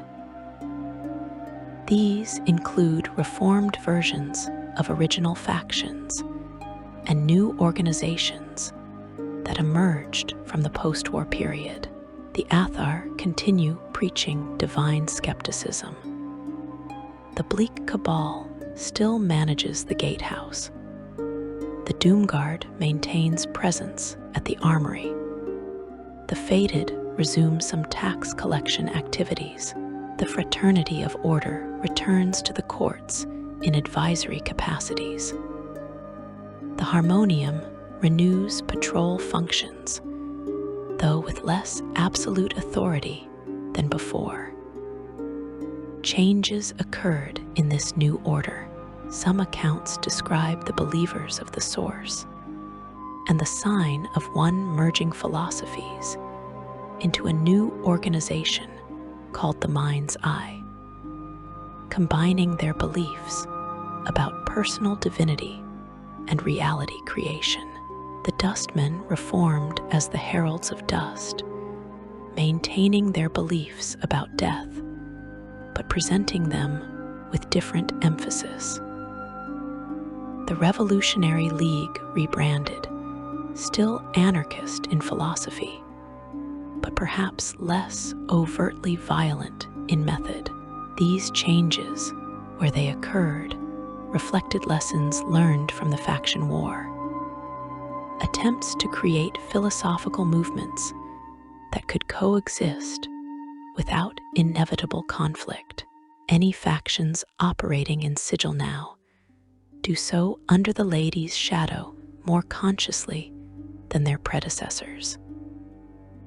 They remember what happens when factions grow too powerful, too certain, too willing to wage war over philosophy.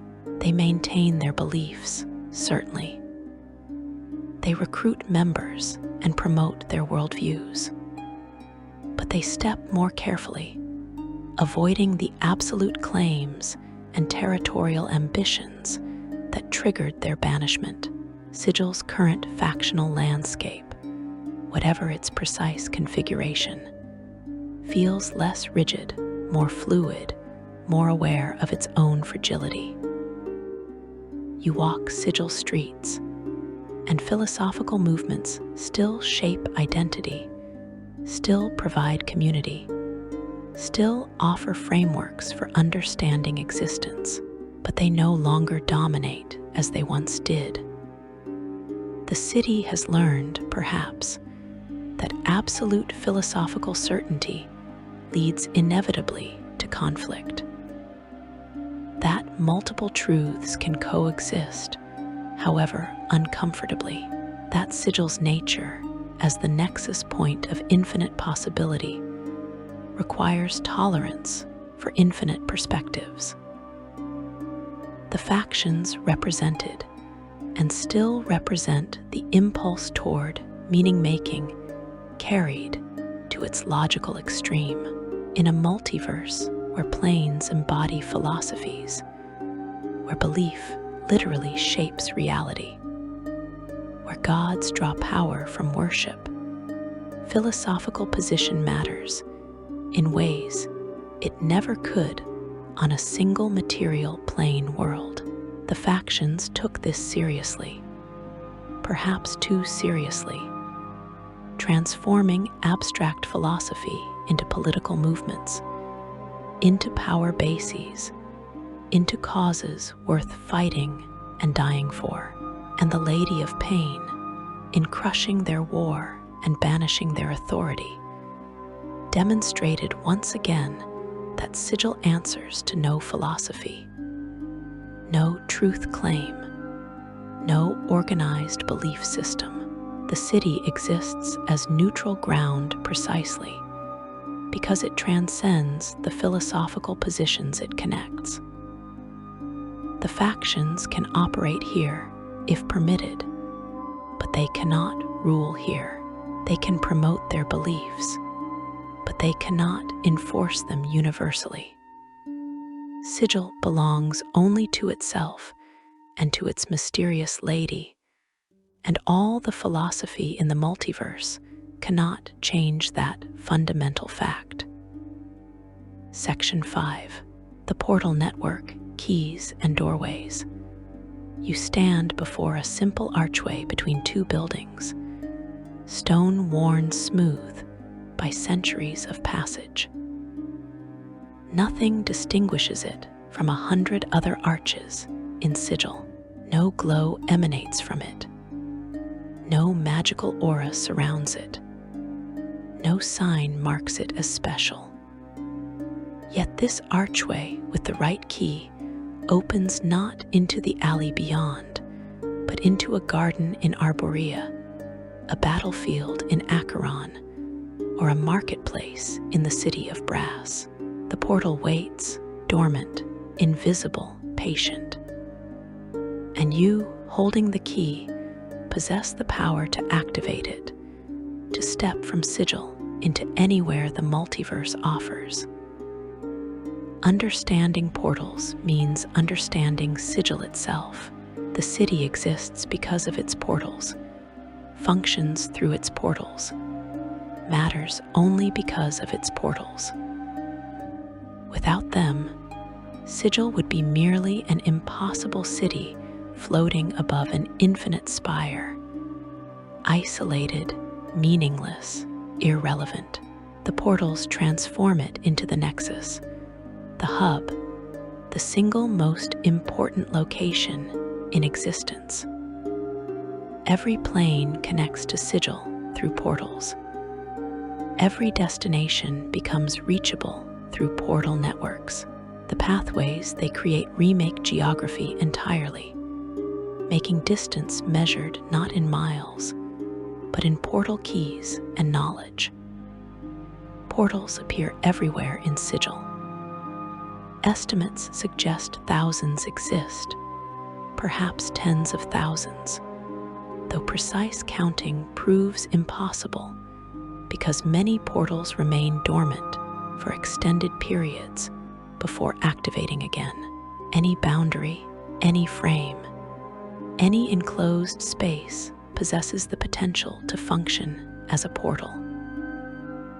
Doorways represent the obvious choice, and many portals do manifest in doors. But doors constitute only a fraction of the total. Windows serve as portals. Mirrors, picture frames hanging on walls, the space beneath staircases, tunnels, arches. Even shadows cast by buildings at particular angles during particular times can function as portals, though these prove among the most difficult to use consistently. The variety creates endless complexity. That barrel in a warehouse might portal to an elemental plane when you climb inside it. That circle drawn on a wall in chalk might open to the astral plane when you step through it.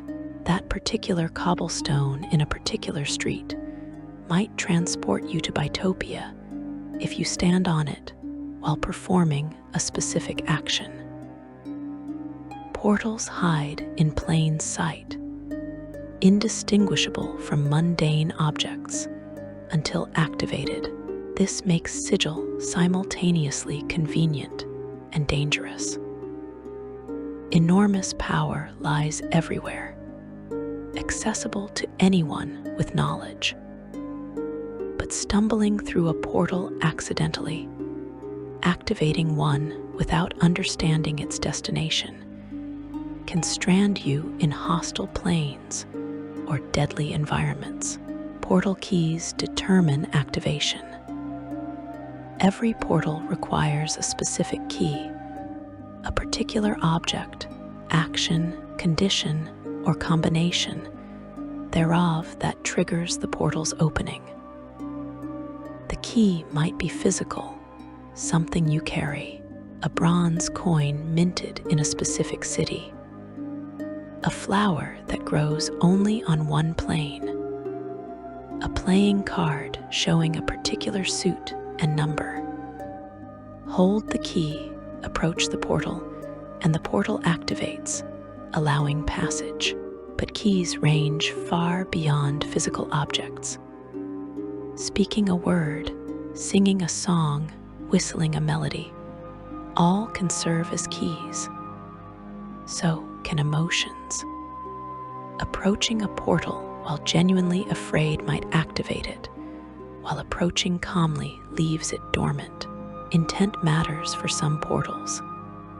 Desire desperately to reach a particular destination, and certain portals respond to that need, opening paths to where you must go. Time-based keys add another layer of complexity. Some portals activate only during specific conditions. During sigils, darker periods that approximate night.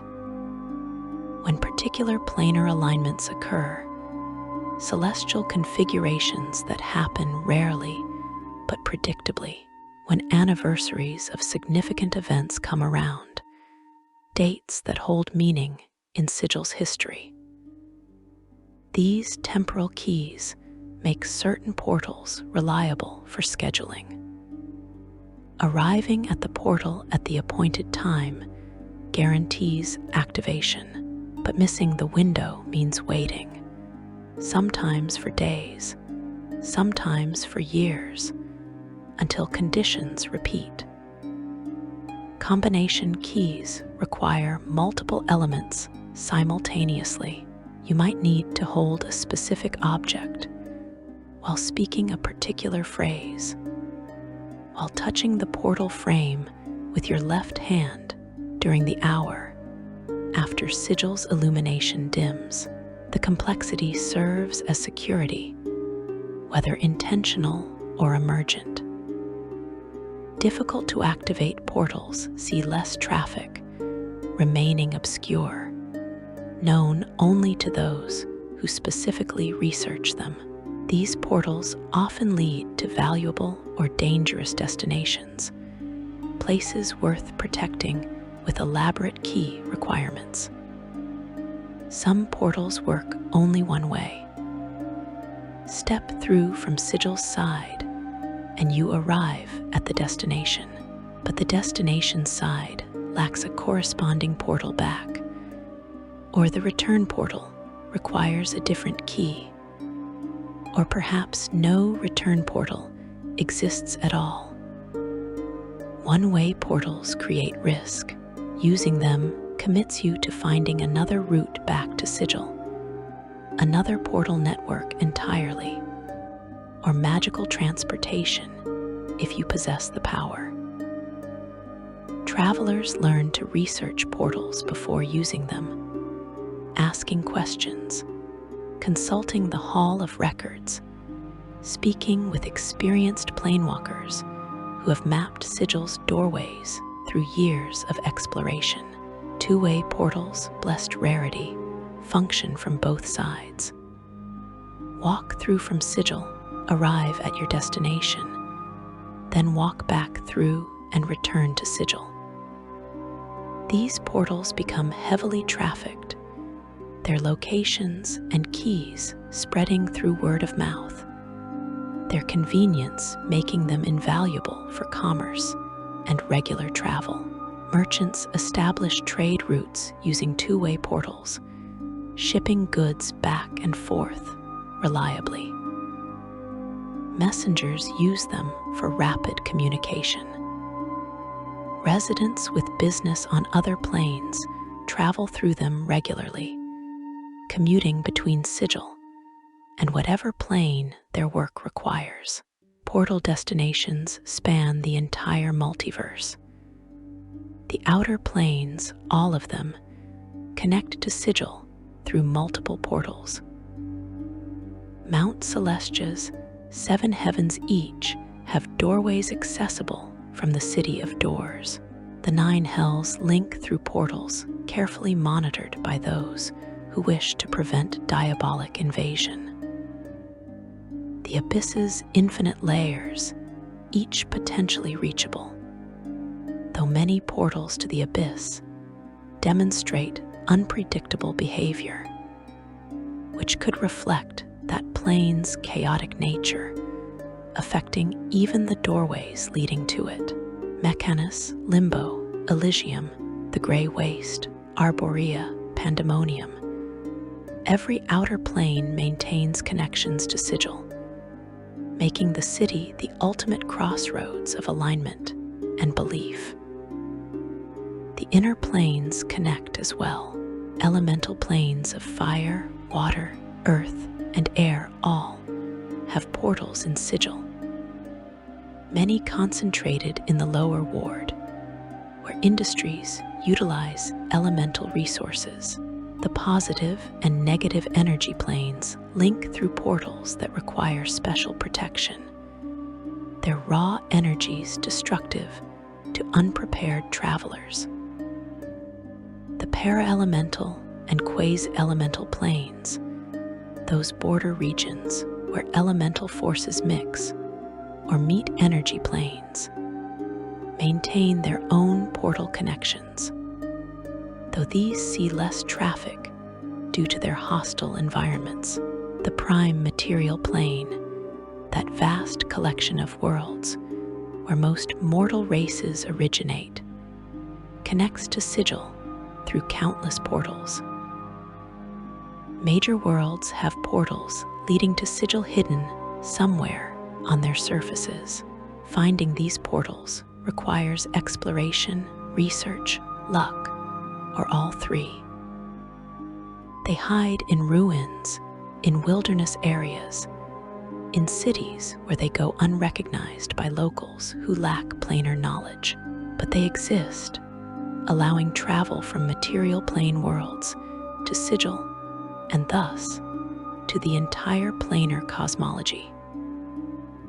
Demiplane connections represent the most unstable category. Demiplanes, those pocket dimensions created by gods, archmages, or stranger entities, sometimes develop portal connections to Sigil. But demiplanes can collapse. Their creators die or abandon them, their stability compromised by various factors. Portals leading to demiplanes might work reliably for years, then suddenly deliver travelers into dying realities. The risk makes such portals less desirable unless the demiplane offers something unavailable elsewhere. Sigil's portals follow observable patterns, though discerning these patterns requires extensive study. Portals tend to cluster in certain areas. The Market Ward and Clerk's Ward contain disproportionate numbers, facilitating trade. The Hive has many portals, though their destinations skew toward dangerous locations.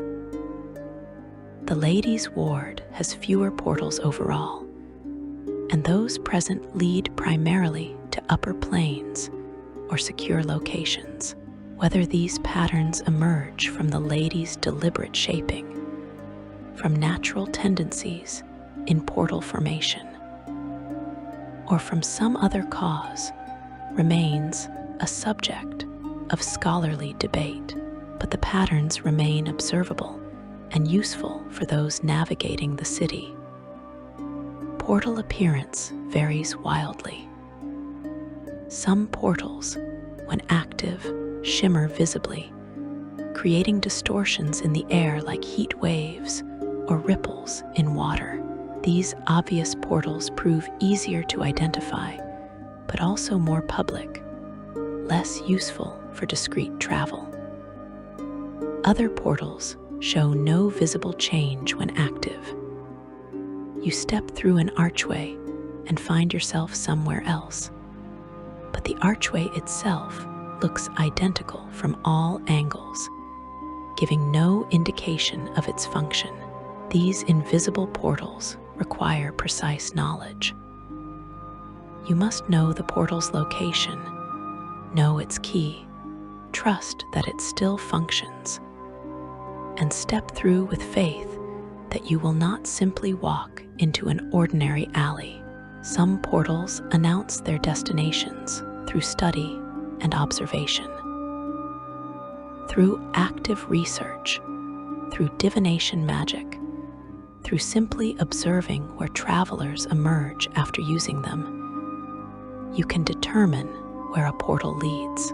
This information gets recorded, shared, traded as valuable commodity. Portal guides, those individuals who specialize in knowledge of Sigil's doorways, sell their expertise to clients needing specific routes. The Hall of Records maintains archives of known portals, though their records remain incomplete, outdated in places, and contain errors introduced through misreporting or deliberate misinformation by those who wish to keep certain portals secret. Other portals resist identification. Their destinations remain unknown until someone uses them and returns to report, if they return at all. Unmarked portals create opportunity for the adventurous and disaster for the unwary. Stepping through an unknown portal might lead to profitable discovery, a new trade route, a valuable resource, or interesting location. It might also lead to immediate death, to planes hostile to your form of life, to vacuum, to magma, to environments incompatible with survival. The gamble attracts certain personalities, those who find the risk worthwhile, who measure existence in discoveries rather than safety. The Lady of Pain controls all portals ultimately. Her authority over Sigil extends to its doorways. She can close portals, preventing their activation regardless of proper keys. She can open new portals, creating connections where none existed. She can change destinations, altering where established portals lead. She can change keys, rendering old information obsolete, forcing travelers to rediscover activation methods. She exercises this power rarely, but her capacity to do so reminds everyone that Sigil's portal network operates at her sufferance. Challenge her authority, threaten the city's stability, and you might find every portal you know suddenly non-functional, your escape routes closed, your business routes severed. Portal malfunctions occur occasionally. A portal might activate normally, but deliver you to the wrong destination. Some error in planar geometry, redirecting the path. You might arrive at your intended destination, but at a different location than expected, the portal's exit point shifting. Temporal displacement happens rarely, but catastrophically. Portals delivering travelers to the correct location, but the wrong time, either earlier or later than departure. These malfunctions have various causes: planar instabilities, magical interference, natural variations in portal function, the lady's intervention. Whatever the cause, experienced planewalkers learn to verify arrival, confirming location and circumstances before assuming portal function succeeded correctly. Living in Sigil means thinking about geography differently. Distance becomes irrelevant when portals compress the multiverse into a network of doorways. You might maintain businesses on 3 different planes, visiting each regularly through portal routes that take minutes rather than the days or weeks traditional planar travel would require. You might live in the hive, but work on another plane entirely, commuting between dimensions as easily as walking across town. You might shop in markets on Bitopia, eat dinner in an Elysium restaurant, and return to your Sigil home before sleep, all through portals. This compression creates Sigil's unique culture. You meet people from everywhere because everyone can reach Sigil from anywhere. The planar diversity, the mixing of races and cultures and philosophies, all stems from portal accessibility.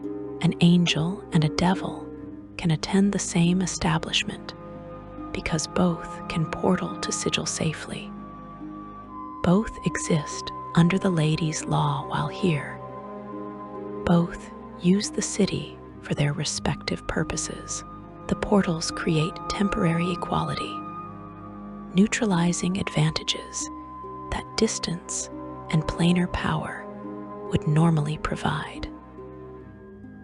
Commerce flows through portals in volumes impossible through traditional means.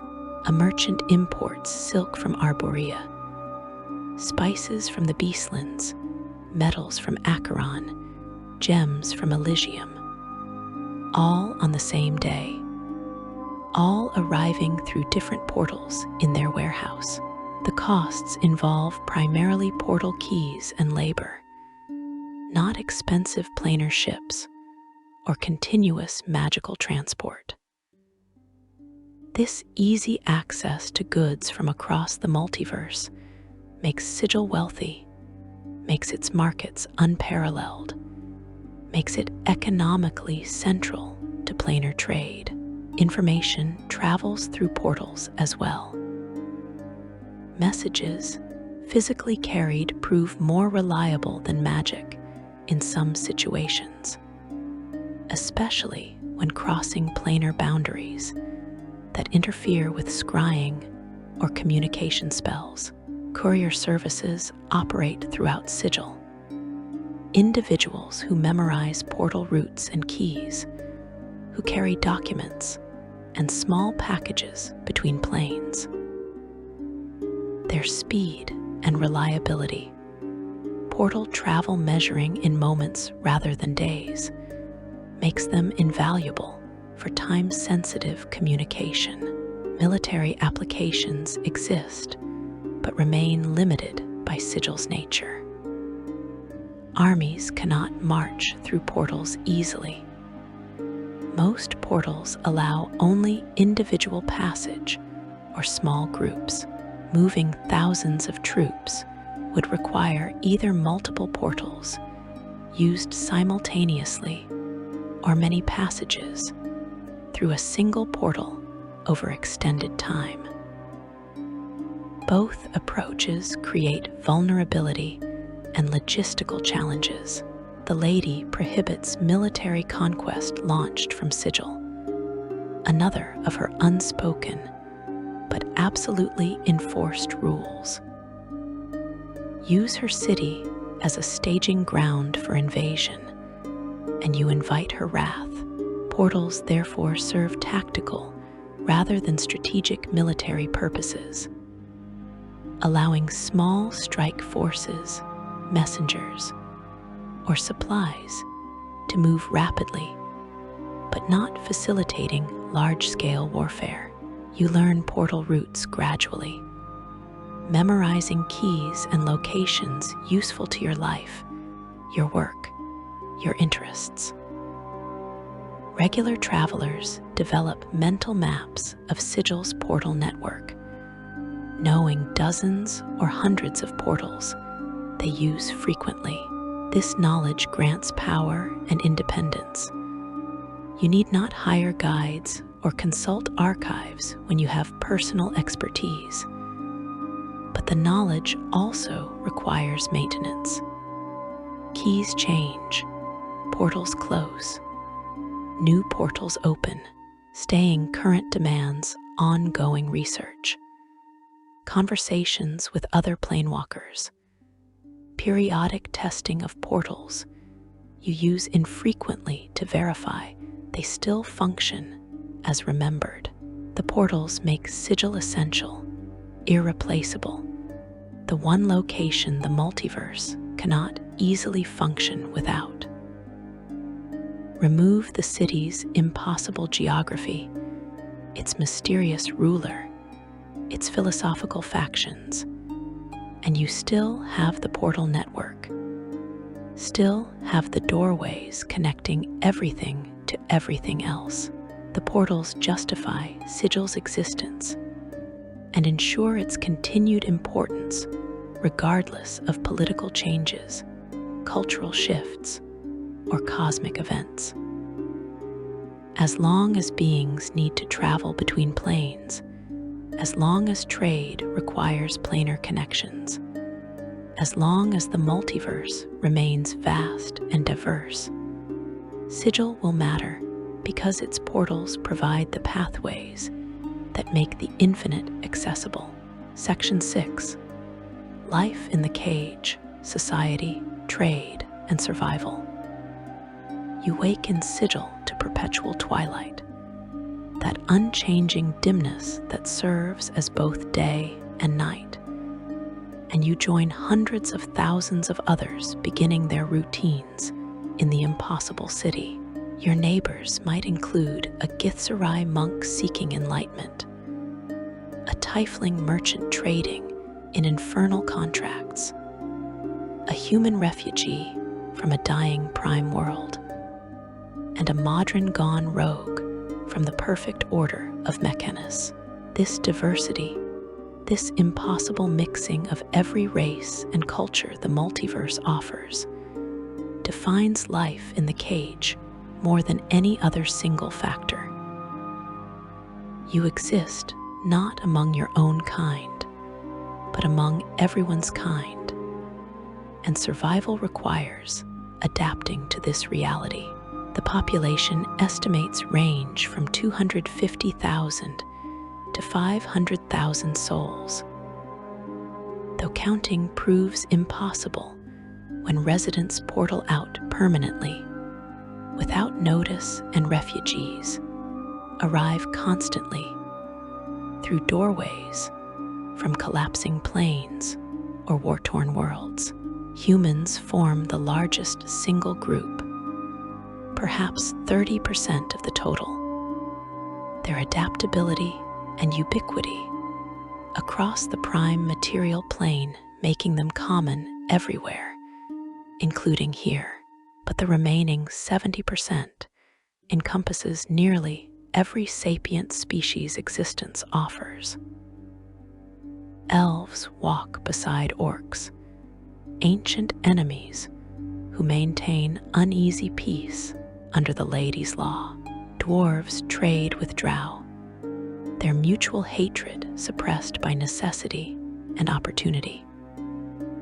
Celestials and fiends conduct business in adjacent establishments, their cosmic war paused within Sigil's boundaries, resumed only when they portal back to their respective planes. The planar races populate Sigil in numbers impossible elsewhere. Githzerai from Limbo establish monasteries in the Guildhall Ward, teaching their martial disciplines to students from across the plains. Githyanki, their cousins and bitter enemies, maintain hidden strongholds, using Sigil as neutral ground where their endless war against mind flayers can be prosecuted through information gathering rather than direct combat. Barrior, half humanoid and half ram, bring their traditions and transform them into mercantile operations. Their roots now measured in portal jumps rather than physical distance. Tieflings, those touched by infernal heritage, find acceptance in Sigil unavailable on most prime worlds, their horns and tails marking them as different but not unwelcome in a city where difference defines normal. The Genasi walk Sigil streets, beings touched by elemental planes, their bodies reflecting fire, water, earth, or air in visible ways. Aasimar, counterparts to Tieflings, but touched by celestial rather than infernal blood, serve in various capacities, their inherent inclination toward good tested daily by Sigil's moral complexity. Modrons appear occasionally, those creatures of absolute law from Mechanus, usually on missions that seem incomprehensible to others. Some Modrons break from their rigid hierarchies, going rogue, remaining in Sigil where their need for order finds expression in bureaucratic positions or obsessive cataloging projects. You learn the can't quickly or mark yourself as a clueless prime, someone ignorant of planar ways, someone easily fooled or robbed. The slang of Sigil serves multiple purposes beyond mere communication. It identifies you as a local, someone with knowledge and experience. It conveys complex planar concepts efficiently, single words replacing lengthy explanations. It creates in-group identity, binding cagers together through shared linguistic markers that outsiders struggle to understand. A Burke is a fool, someone who makes mistakes, who acts without thinking. Call someone a leatherhead, and you say the same thing more insultingly. A Blood is the opposite, someone skilled, knowledgeable, worthy of respect. Your chant refers to the information you possess, the news and rumors you collect and share. Good chant proves valuable, tradable, sometimes worth more than gold. The Lady of Pain gets called the Lady, always with implicit respect in your tone, her title used carefully, with awareness that mentioning her too often might invite attention nobody wants. Powers refer to gods, those divine beings forbidden from entering Sigil directly. You might worship a power, draw magical ability from a power, but in Sigil, you discuss them as entities distant and within the city's boundaries. somewhat irrelevant. The lady supersedes all powers within her city, and long-term residents internalize this truth.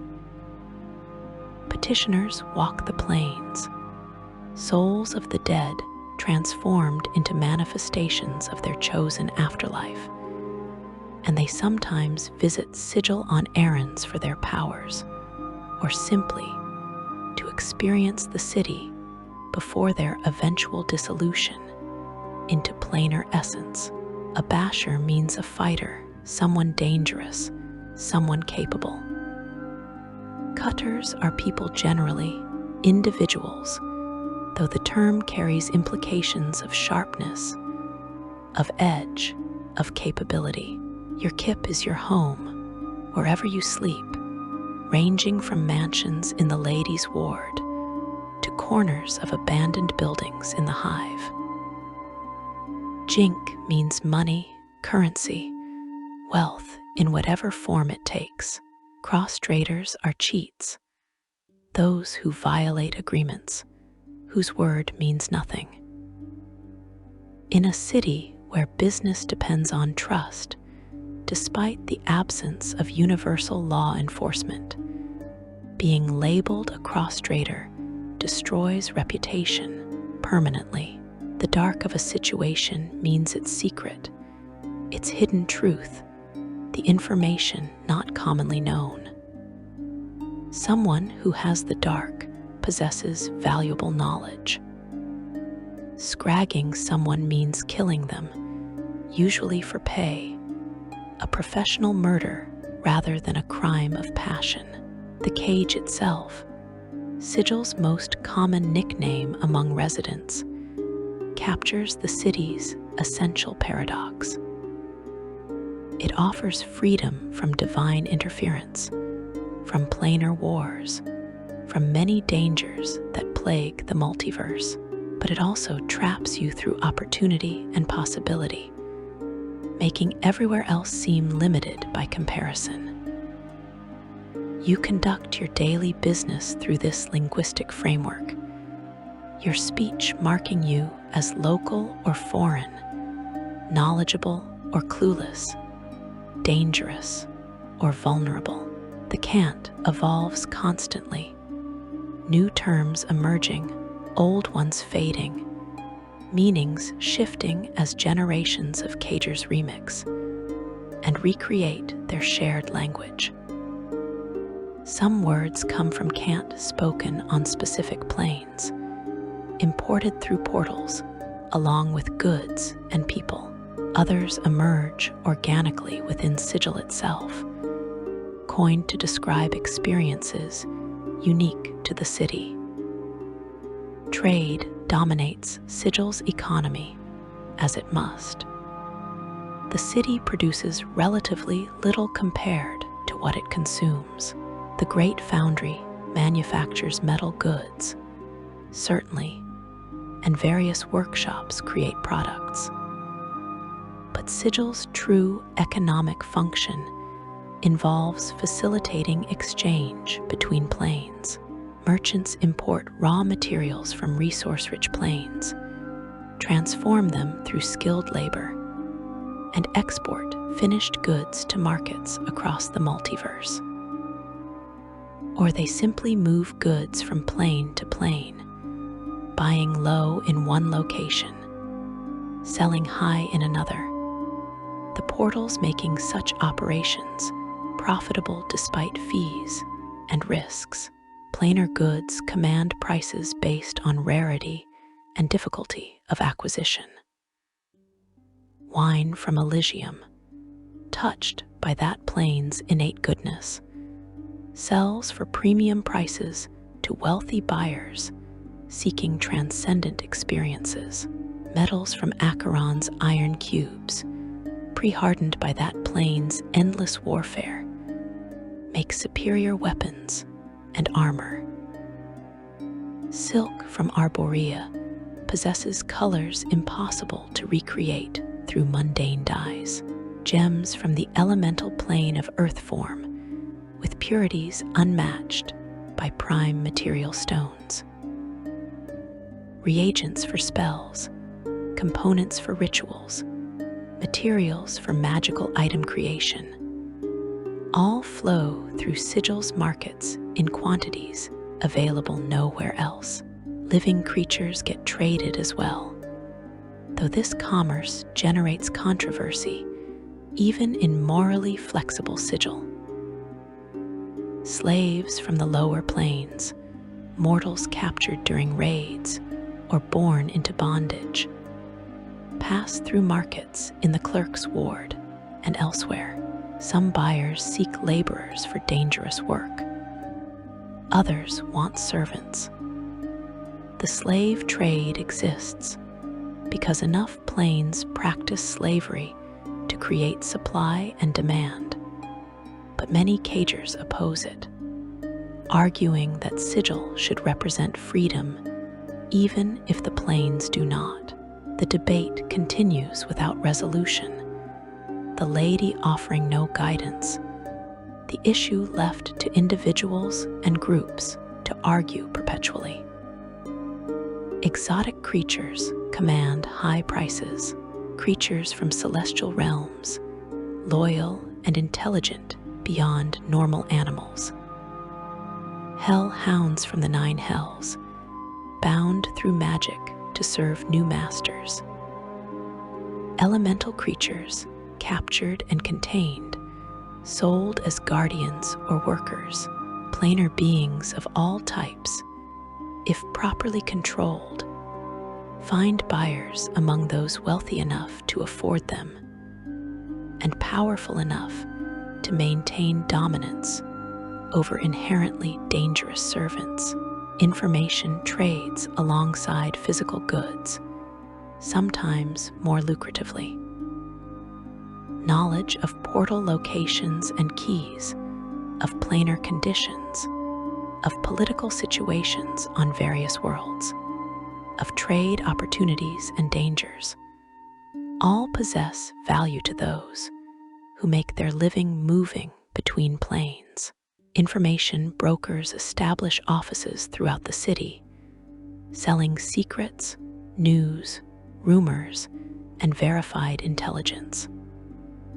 Some specialize in particular planes or topics. Others maintain broad networks, gathering data from across the multiverse through agents and informants.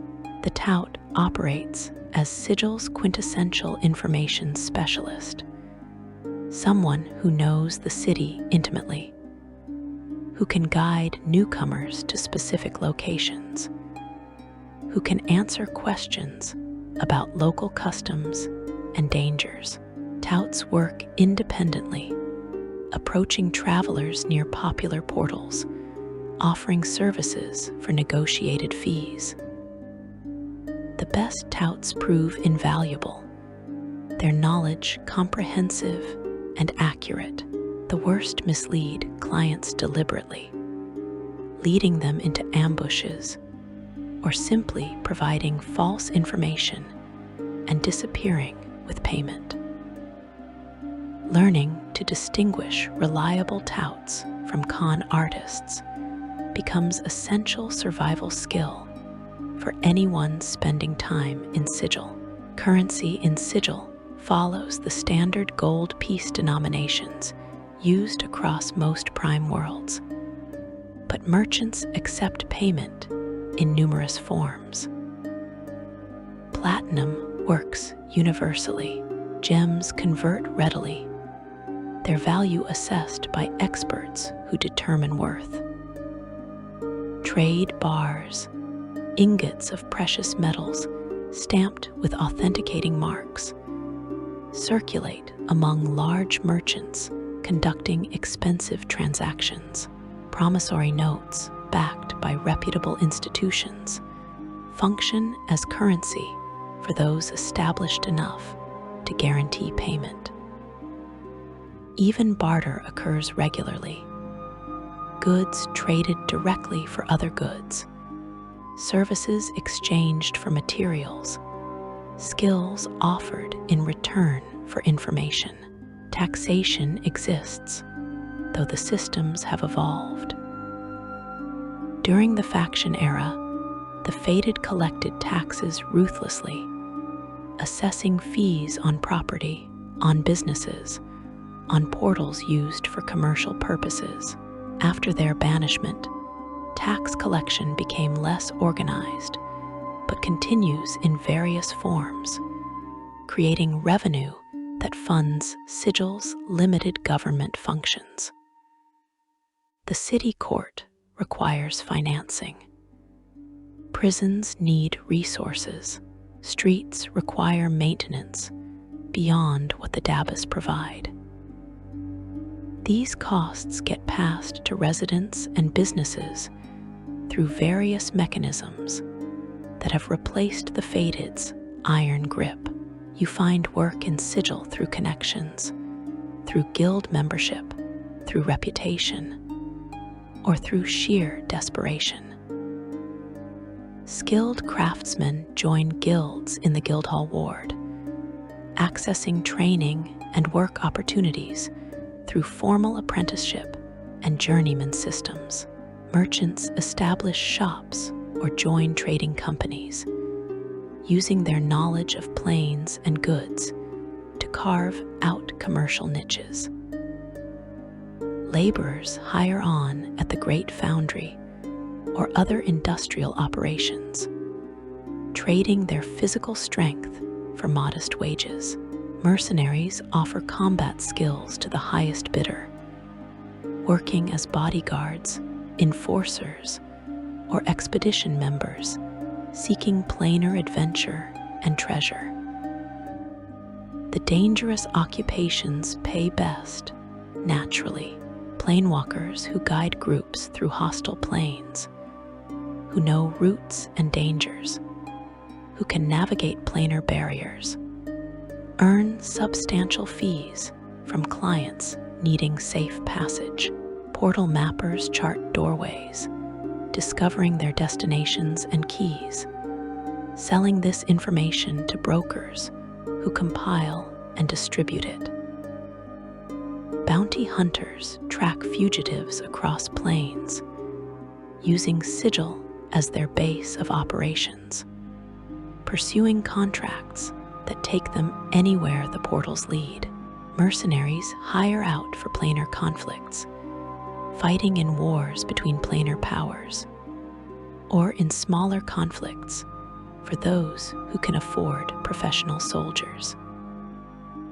Crime flourishes in Sigil, as it flourishes anywhere dense populations and wealth concentrate. Thieves operate throughout the city, particularly in the Clerk's Ward and Market Ward, where goods move constantly, and monitoring every transaction proves impossible. Pickpockets work crowds in the Great Bazaar. Burglars break into warehouses and shops overnight. Con artists run elaborate schemes, exploiting newcomers' ignorance about planar customs and Sigil's dangers. The Harmonium, or whatever security forces currently operate, patrol actively. But their numbers cannot cover the entire city simultaneously, creating opportunities for those willing to risk arrest. Organized crime exists in sophisticated forms. Smuggling rings move contraband through portals, avoiding taxes and import restrictions by using obscure doorways and bribing officials. Protection rackets operate in the Hive and Lower Ward, gangs demanding payment from businesses in exchange for not attacking them. Assassination services accept contracts, employing skilled killers who use Sigil's portal network to strike targets on any plane, then vanish back into the city's anonymity. The Revolutionary League, in its various incarnations, conducts operations that blur the line between political action and terrorism. targeting authority structures and wealthy individuals. Violence erupts regularly despite efforts at law enforcement. Bar fights break out when beings from opposed planes or philosophies interact with too much alcohol and too little restraint. Gangs battle over territory, particularly in the hive, where security presence proves weakest. Former faction members clash when philosophical disagreements become personal. Revenge killings occur as individuals settle grudges in a city where traditional authorities from their home planes hold no power. The Lady rarely intervenes in common violence. Only threats to Sigil's stability or direct challenges to her authority draw her attention. Dangers beyond crime threaten residents and visitors alike. Razorvine grows throughout the city, that vicious plant with blade-sharp leaves and stems that slice flesh easily. Brushing against razorvine causes cuts. Falling into it means serious injury or death.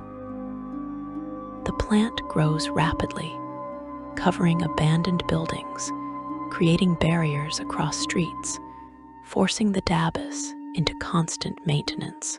Some residents cultivate razorvine deliberately, using it as security around their property, creating obstacles that discourage casual trespassers.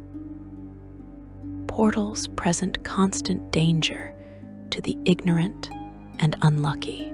Activate the wrong portal accidentally, and you might emerge in vacuum, in magma, in the crushing depths of the elemental plane of water, in locations where survival measures in seconds rather than minutes. Children growing up in Sigil learn early which locations to avoid, which shapes and frames never to touch, which actions might trigger portals. But newcomers lack this knowledge, and accidents happen with tragic regularity. Disease spreads through populations as dense as Sigils, particularly in the hive, where sanitation barely exists and medical care proves scarce. Plagues arrive through portals from infected planes, requiring quarantine and healing magic to contain. The dustmen, or whoever, currently manages the dead work to burn bodies quickly, trying to prevent corpses from spreading sickness. But outbreaks occur regardless. Magical healing helps those wealthy enough to afford it. The poor survive or die based on constitution and luck. Yet Sigil offers opportunities unavailable anywhere else. You can meet anyone here, literally anyone, given patience and the right inquiries. Need an expert in obscure planar lore. Someone in Sigil knows it. Require a magic item that no longer gets crafted anywhere in the multiverse.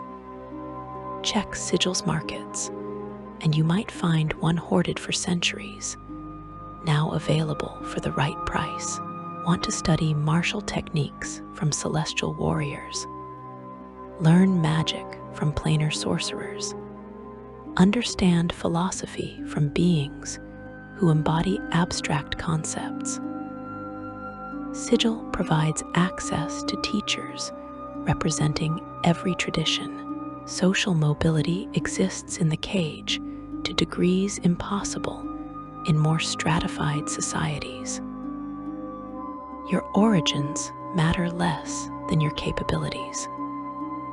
Born a peasant on some backward prime world, develop valuable skills, make smart connections, demonstrate competence, and you can rise to wealth and influence in Sigil. Your race, your heritage, your past matter primarily in how they shape your current abilities. The city cares about what you can do, what you know, what you offer, not about bloodlines or divine favor. Freedom from divine interference draws many residents to Sigil despite its dangers. Gods cannot reach you here. They cannot strike you down for offending them. They cannot manifest avatars to punish heresy or reward worship. This protection allows theological diversity, impossible on planes where gods walk openly and enforce orthodoxy. Every religion finds representation in Sigil. Every faith establishes temples or shrines. Believers worship freely, debate theology openly, even mock gods without fear of divine retribution, at least while remaining within the city. The cultural melting pot creates hybrid traditions unknown elsewhere. You eat food blending prime material recipes with outer planar ingredients, creating cuisine that transcends any single culture. You hear music combining instruments and scales from a dozen worlds, performances that move between styles the way Sigil's portals move between planes.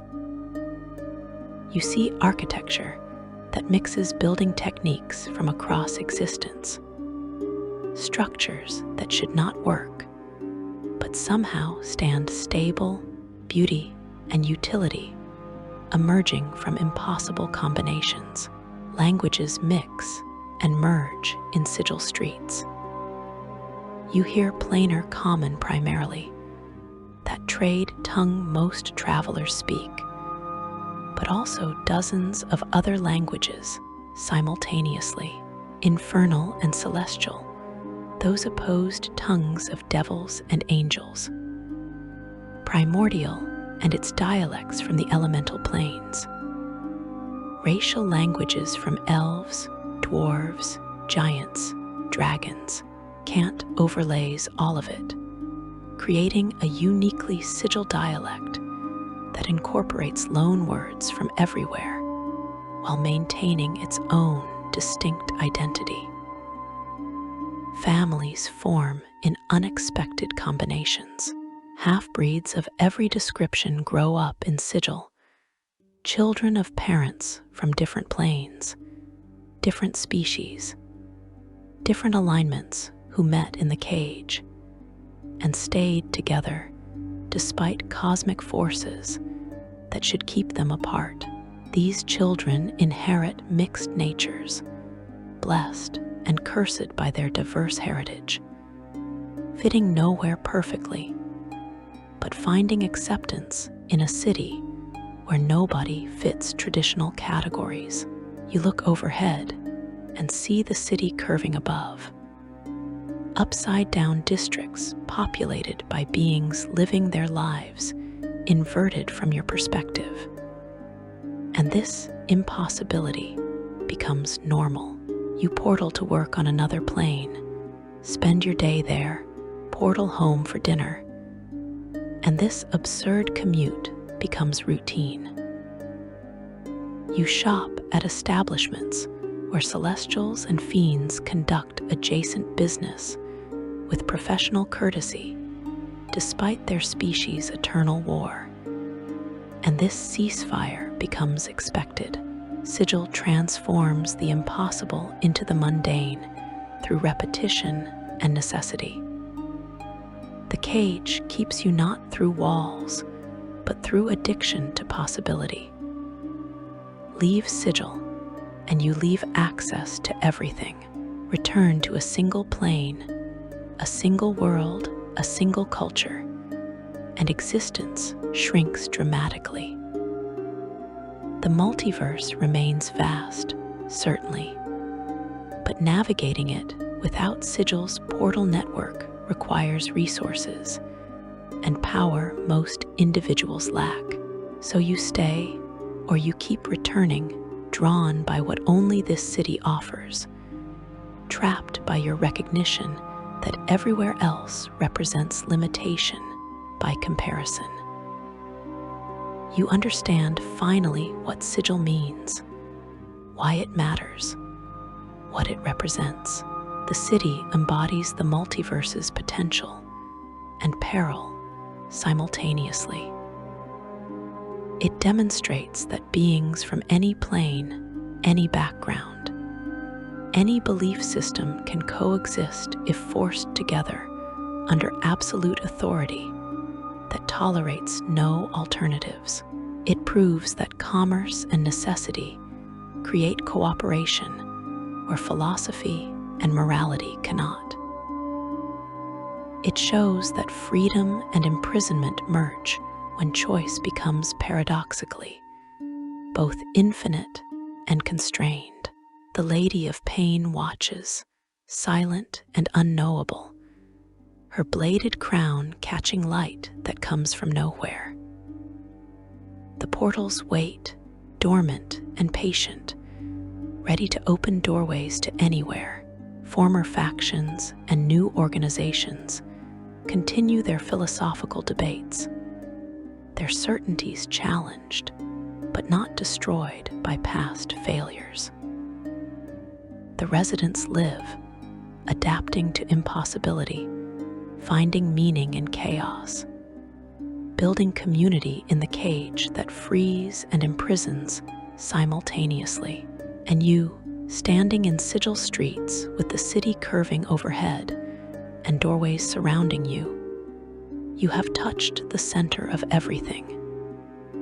You have walked where gods fear to tread. You have breathed air thick with possibility. You have glimpsed what the multiverse becomes when all its diversity concentrates in one impossible place.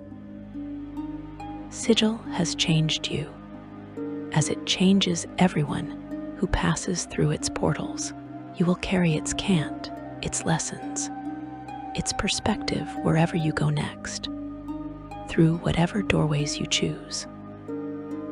The city of doors remains, eternal and impossible, the cage at the center of everything, where all paths cross and all journeys pause, if only briefly, before continuing elsewhere into the infinite expanse of the planes. If you found value in this deep exploration of Sigil, if this journey through the impossible city resonated with you, consider subscribing to Lore D&D. Like this video to help others discover the lore we uncover together. And remember, the multiverse offers infinite stories, infinite mysteries, infinite places to explore. We will continue walking these paths together, diving deep into the lore that makes these worlds meaningful. Until next time, may you find the right portals and possess the keys that open them.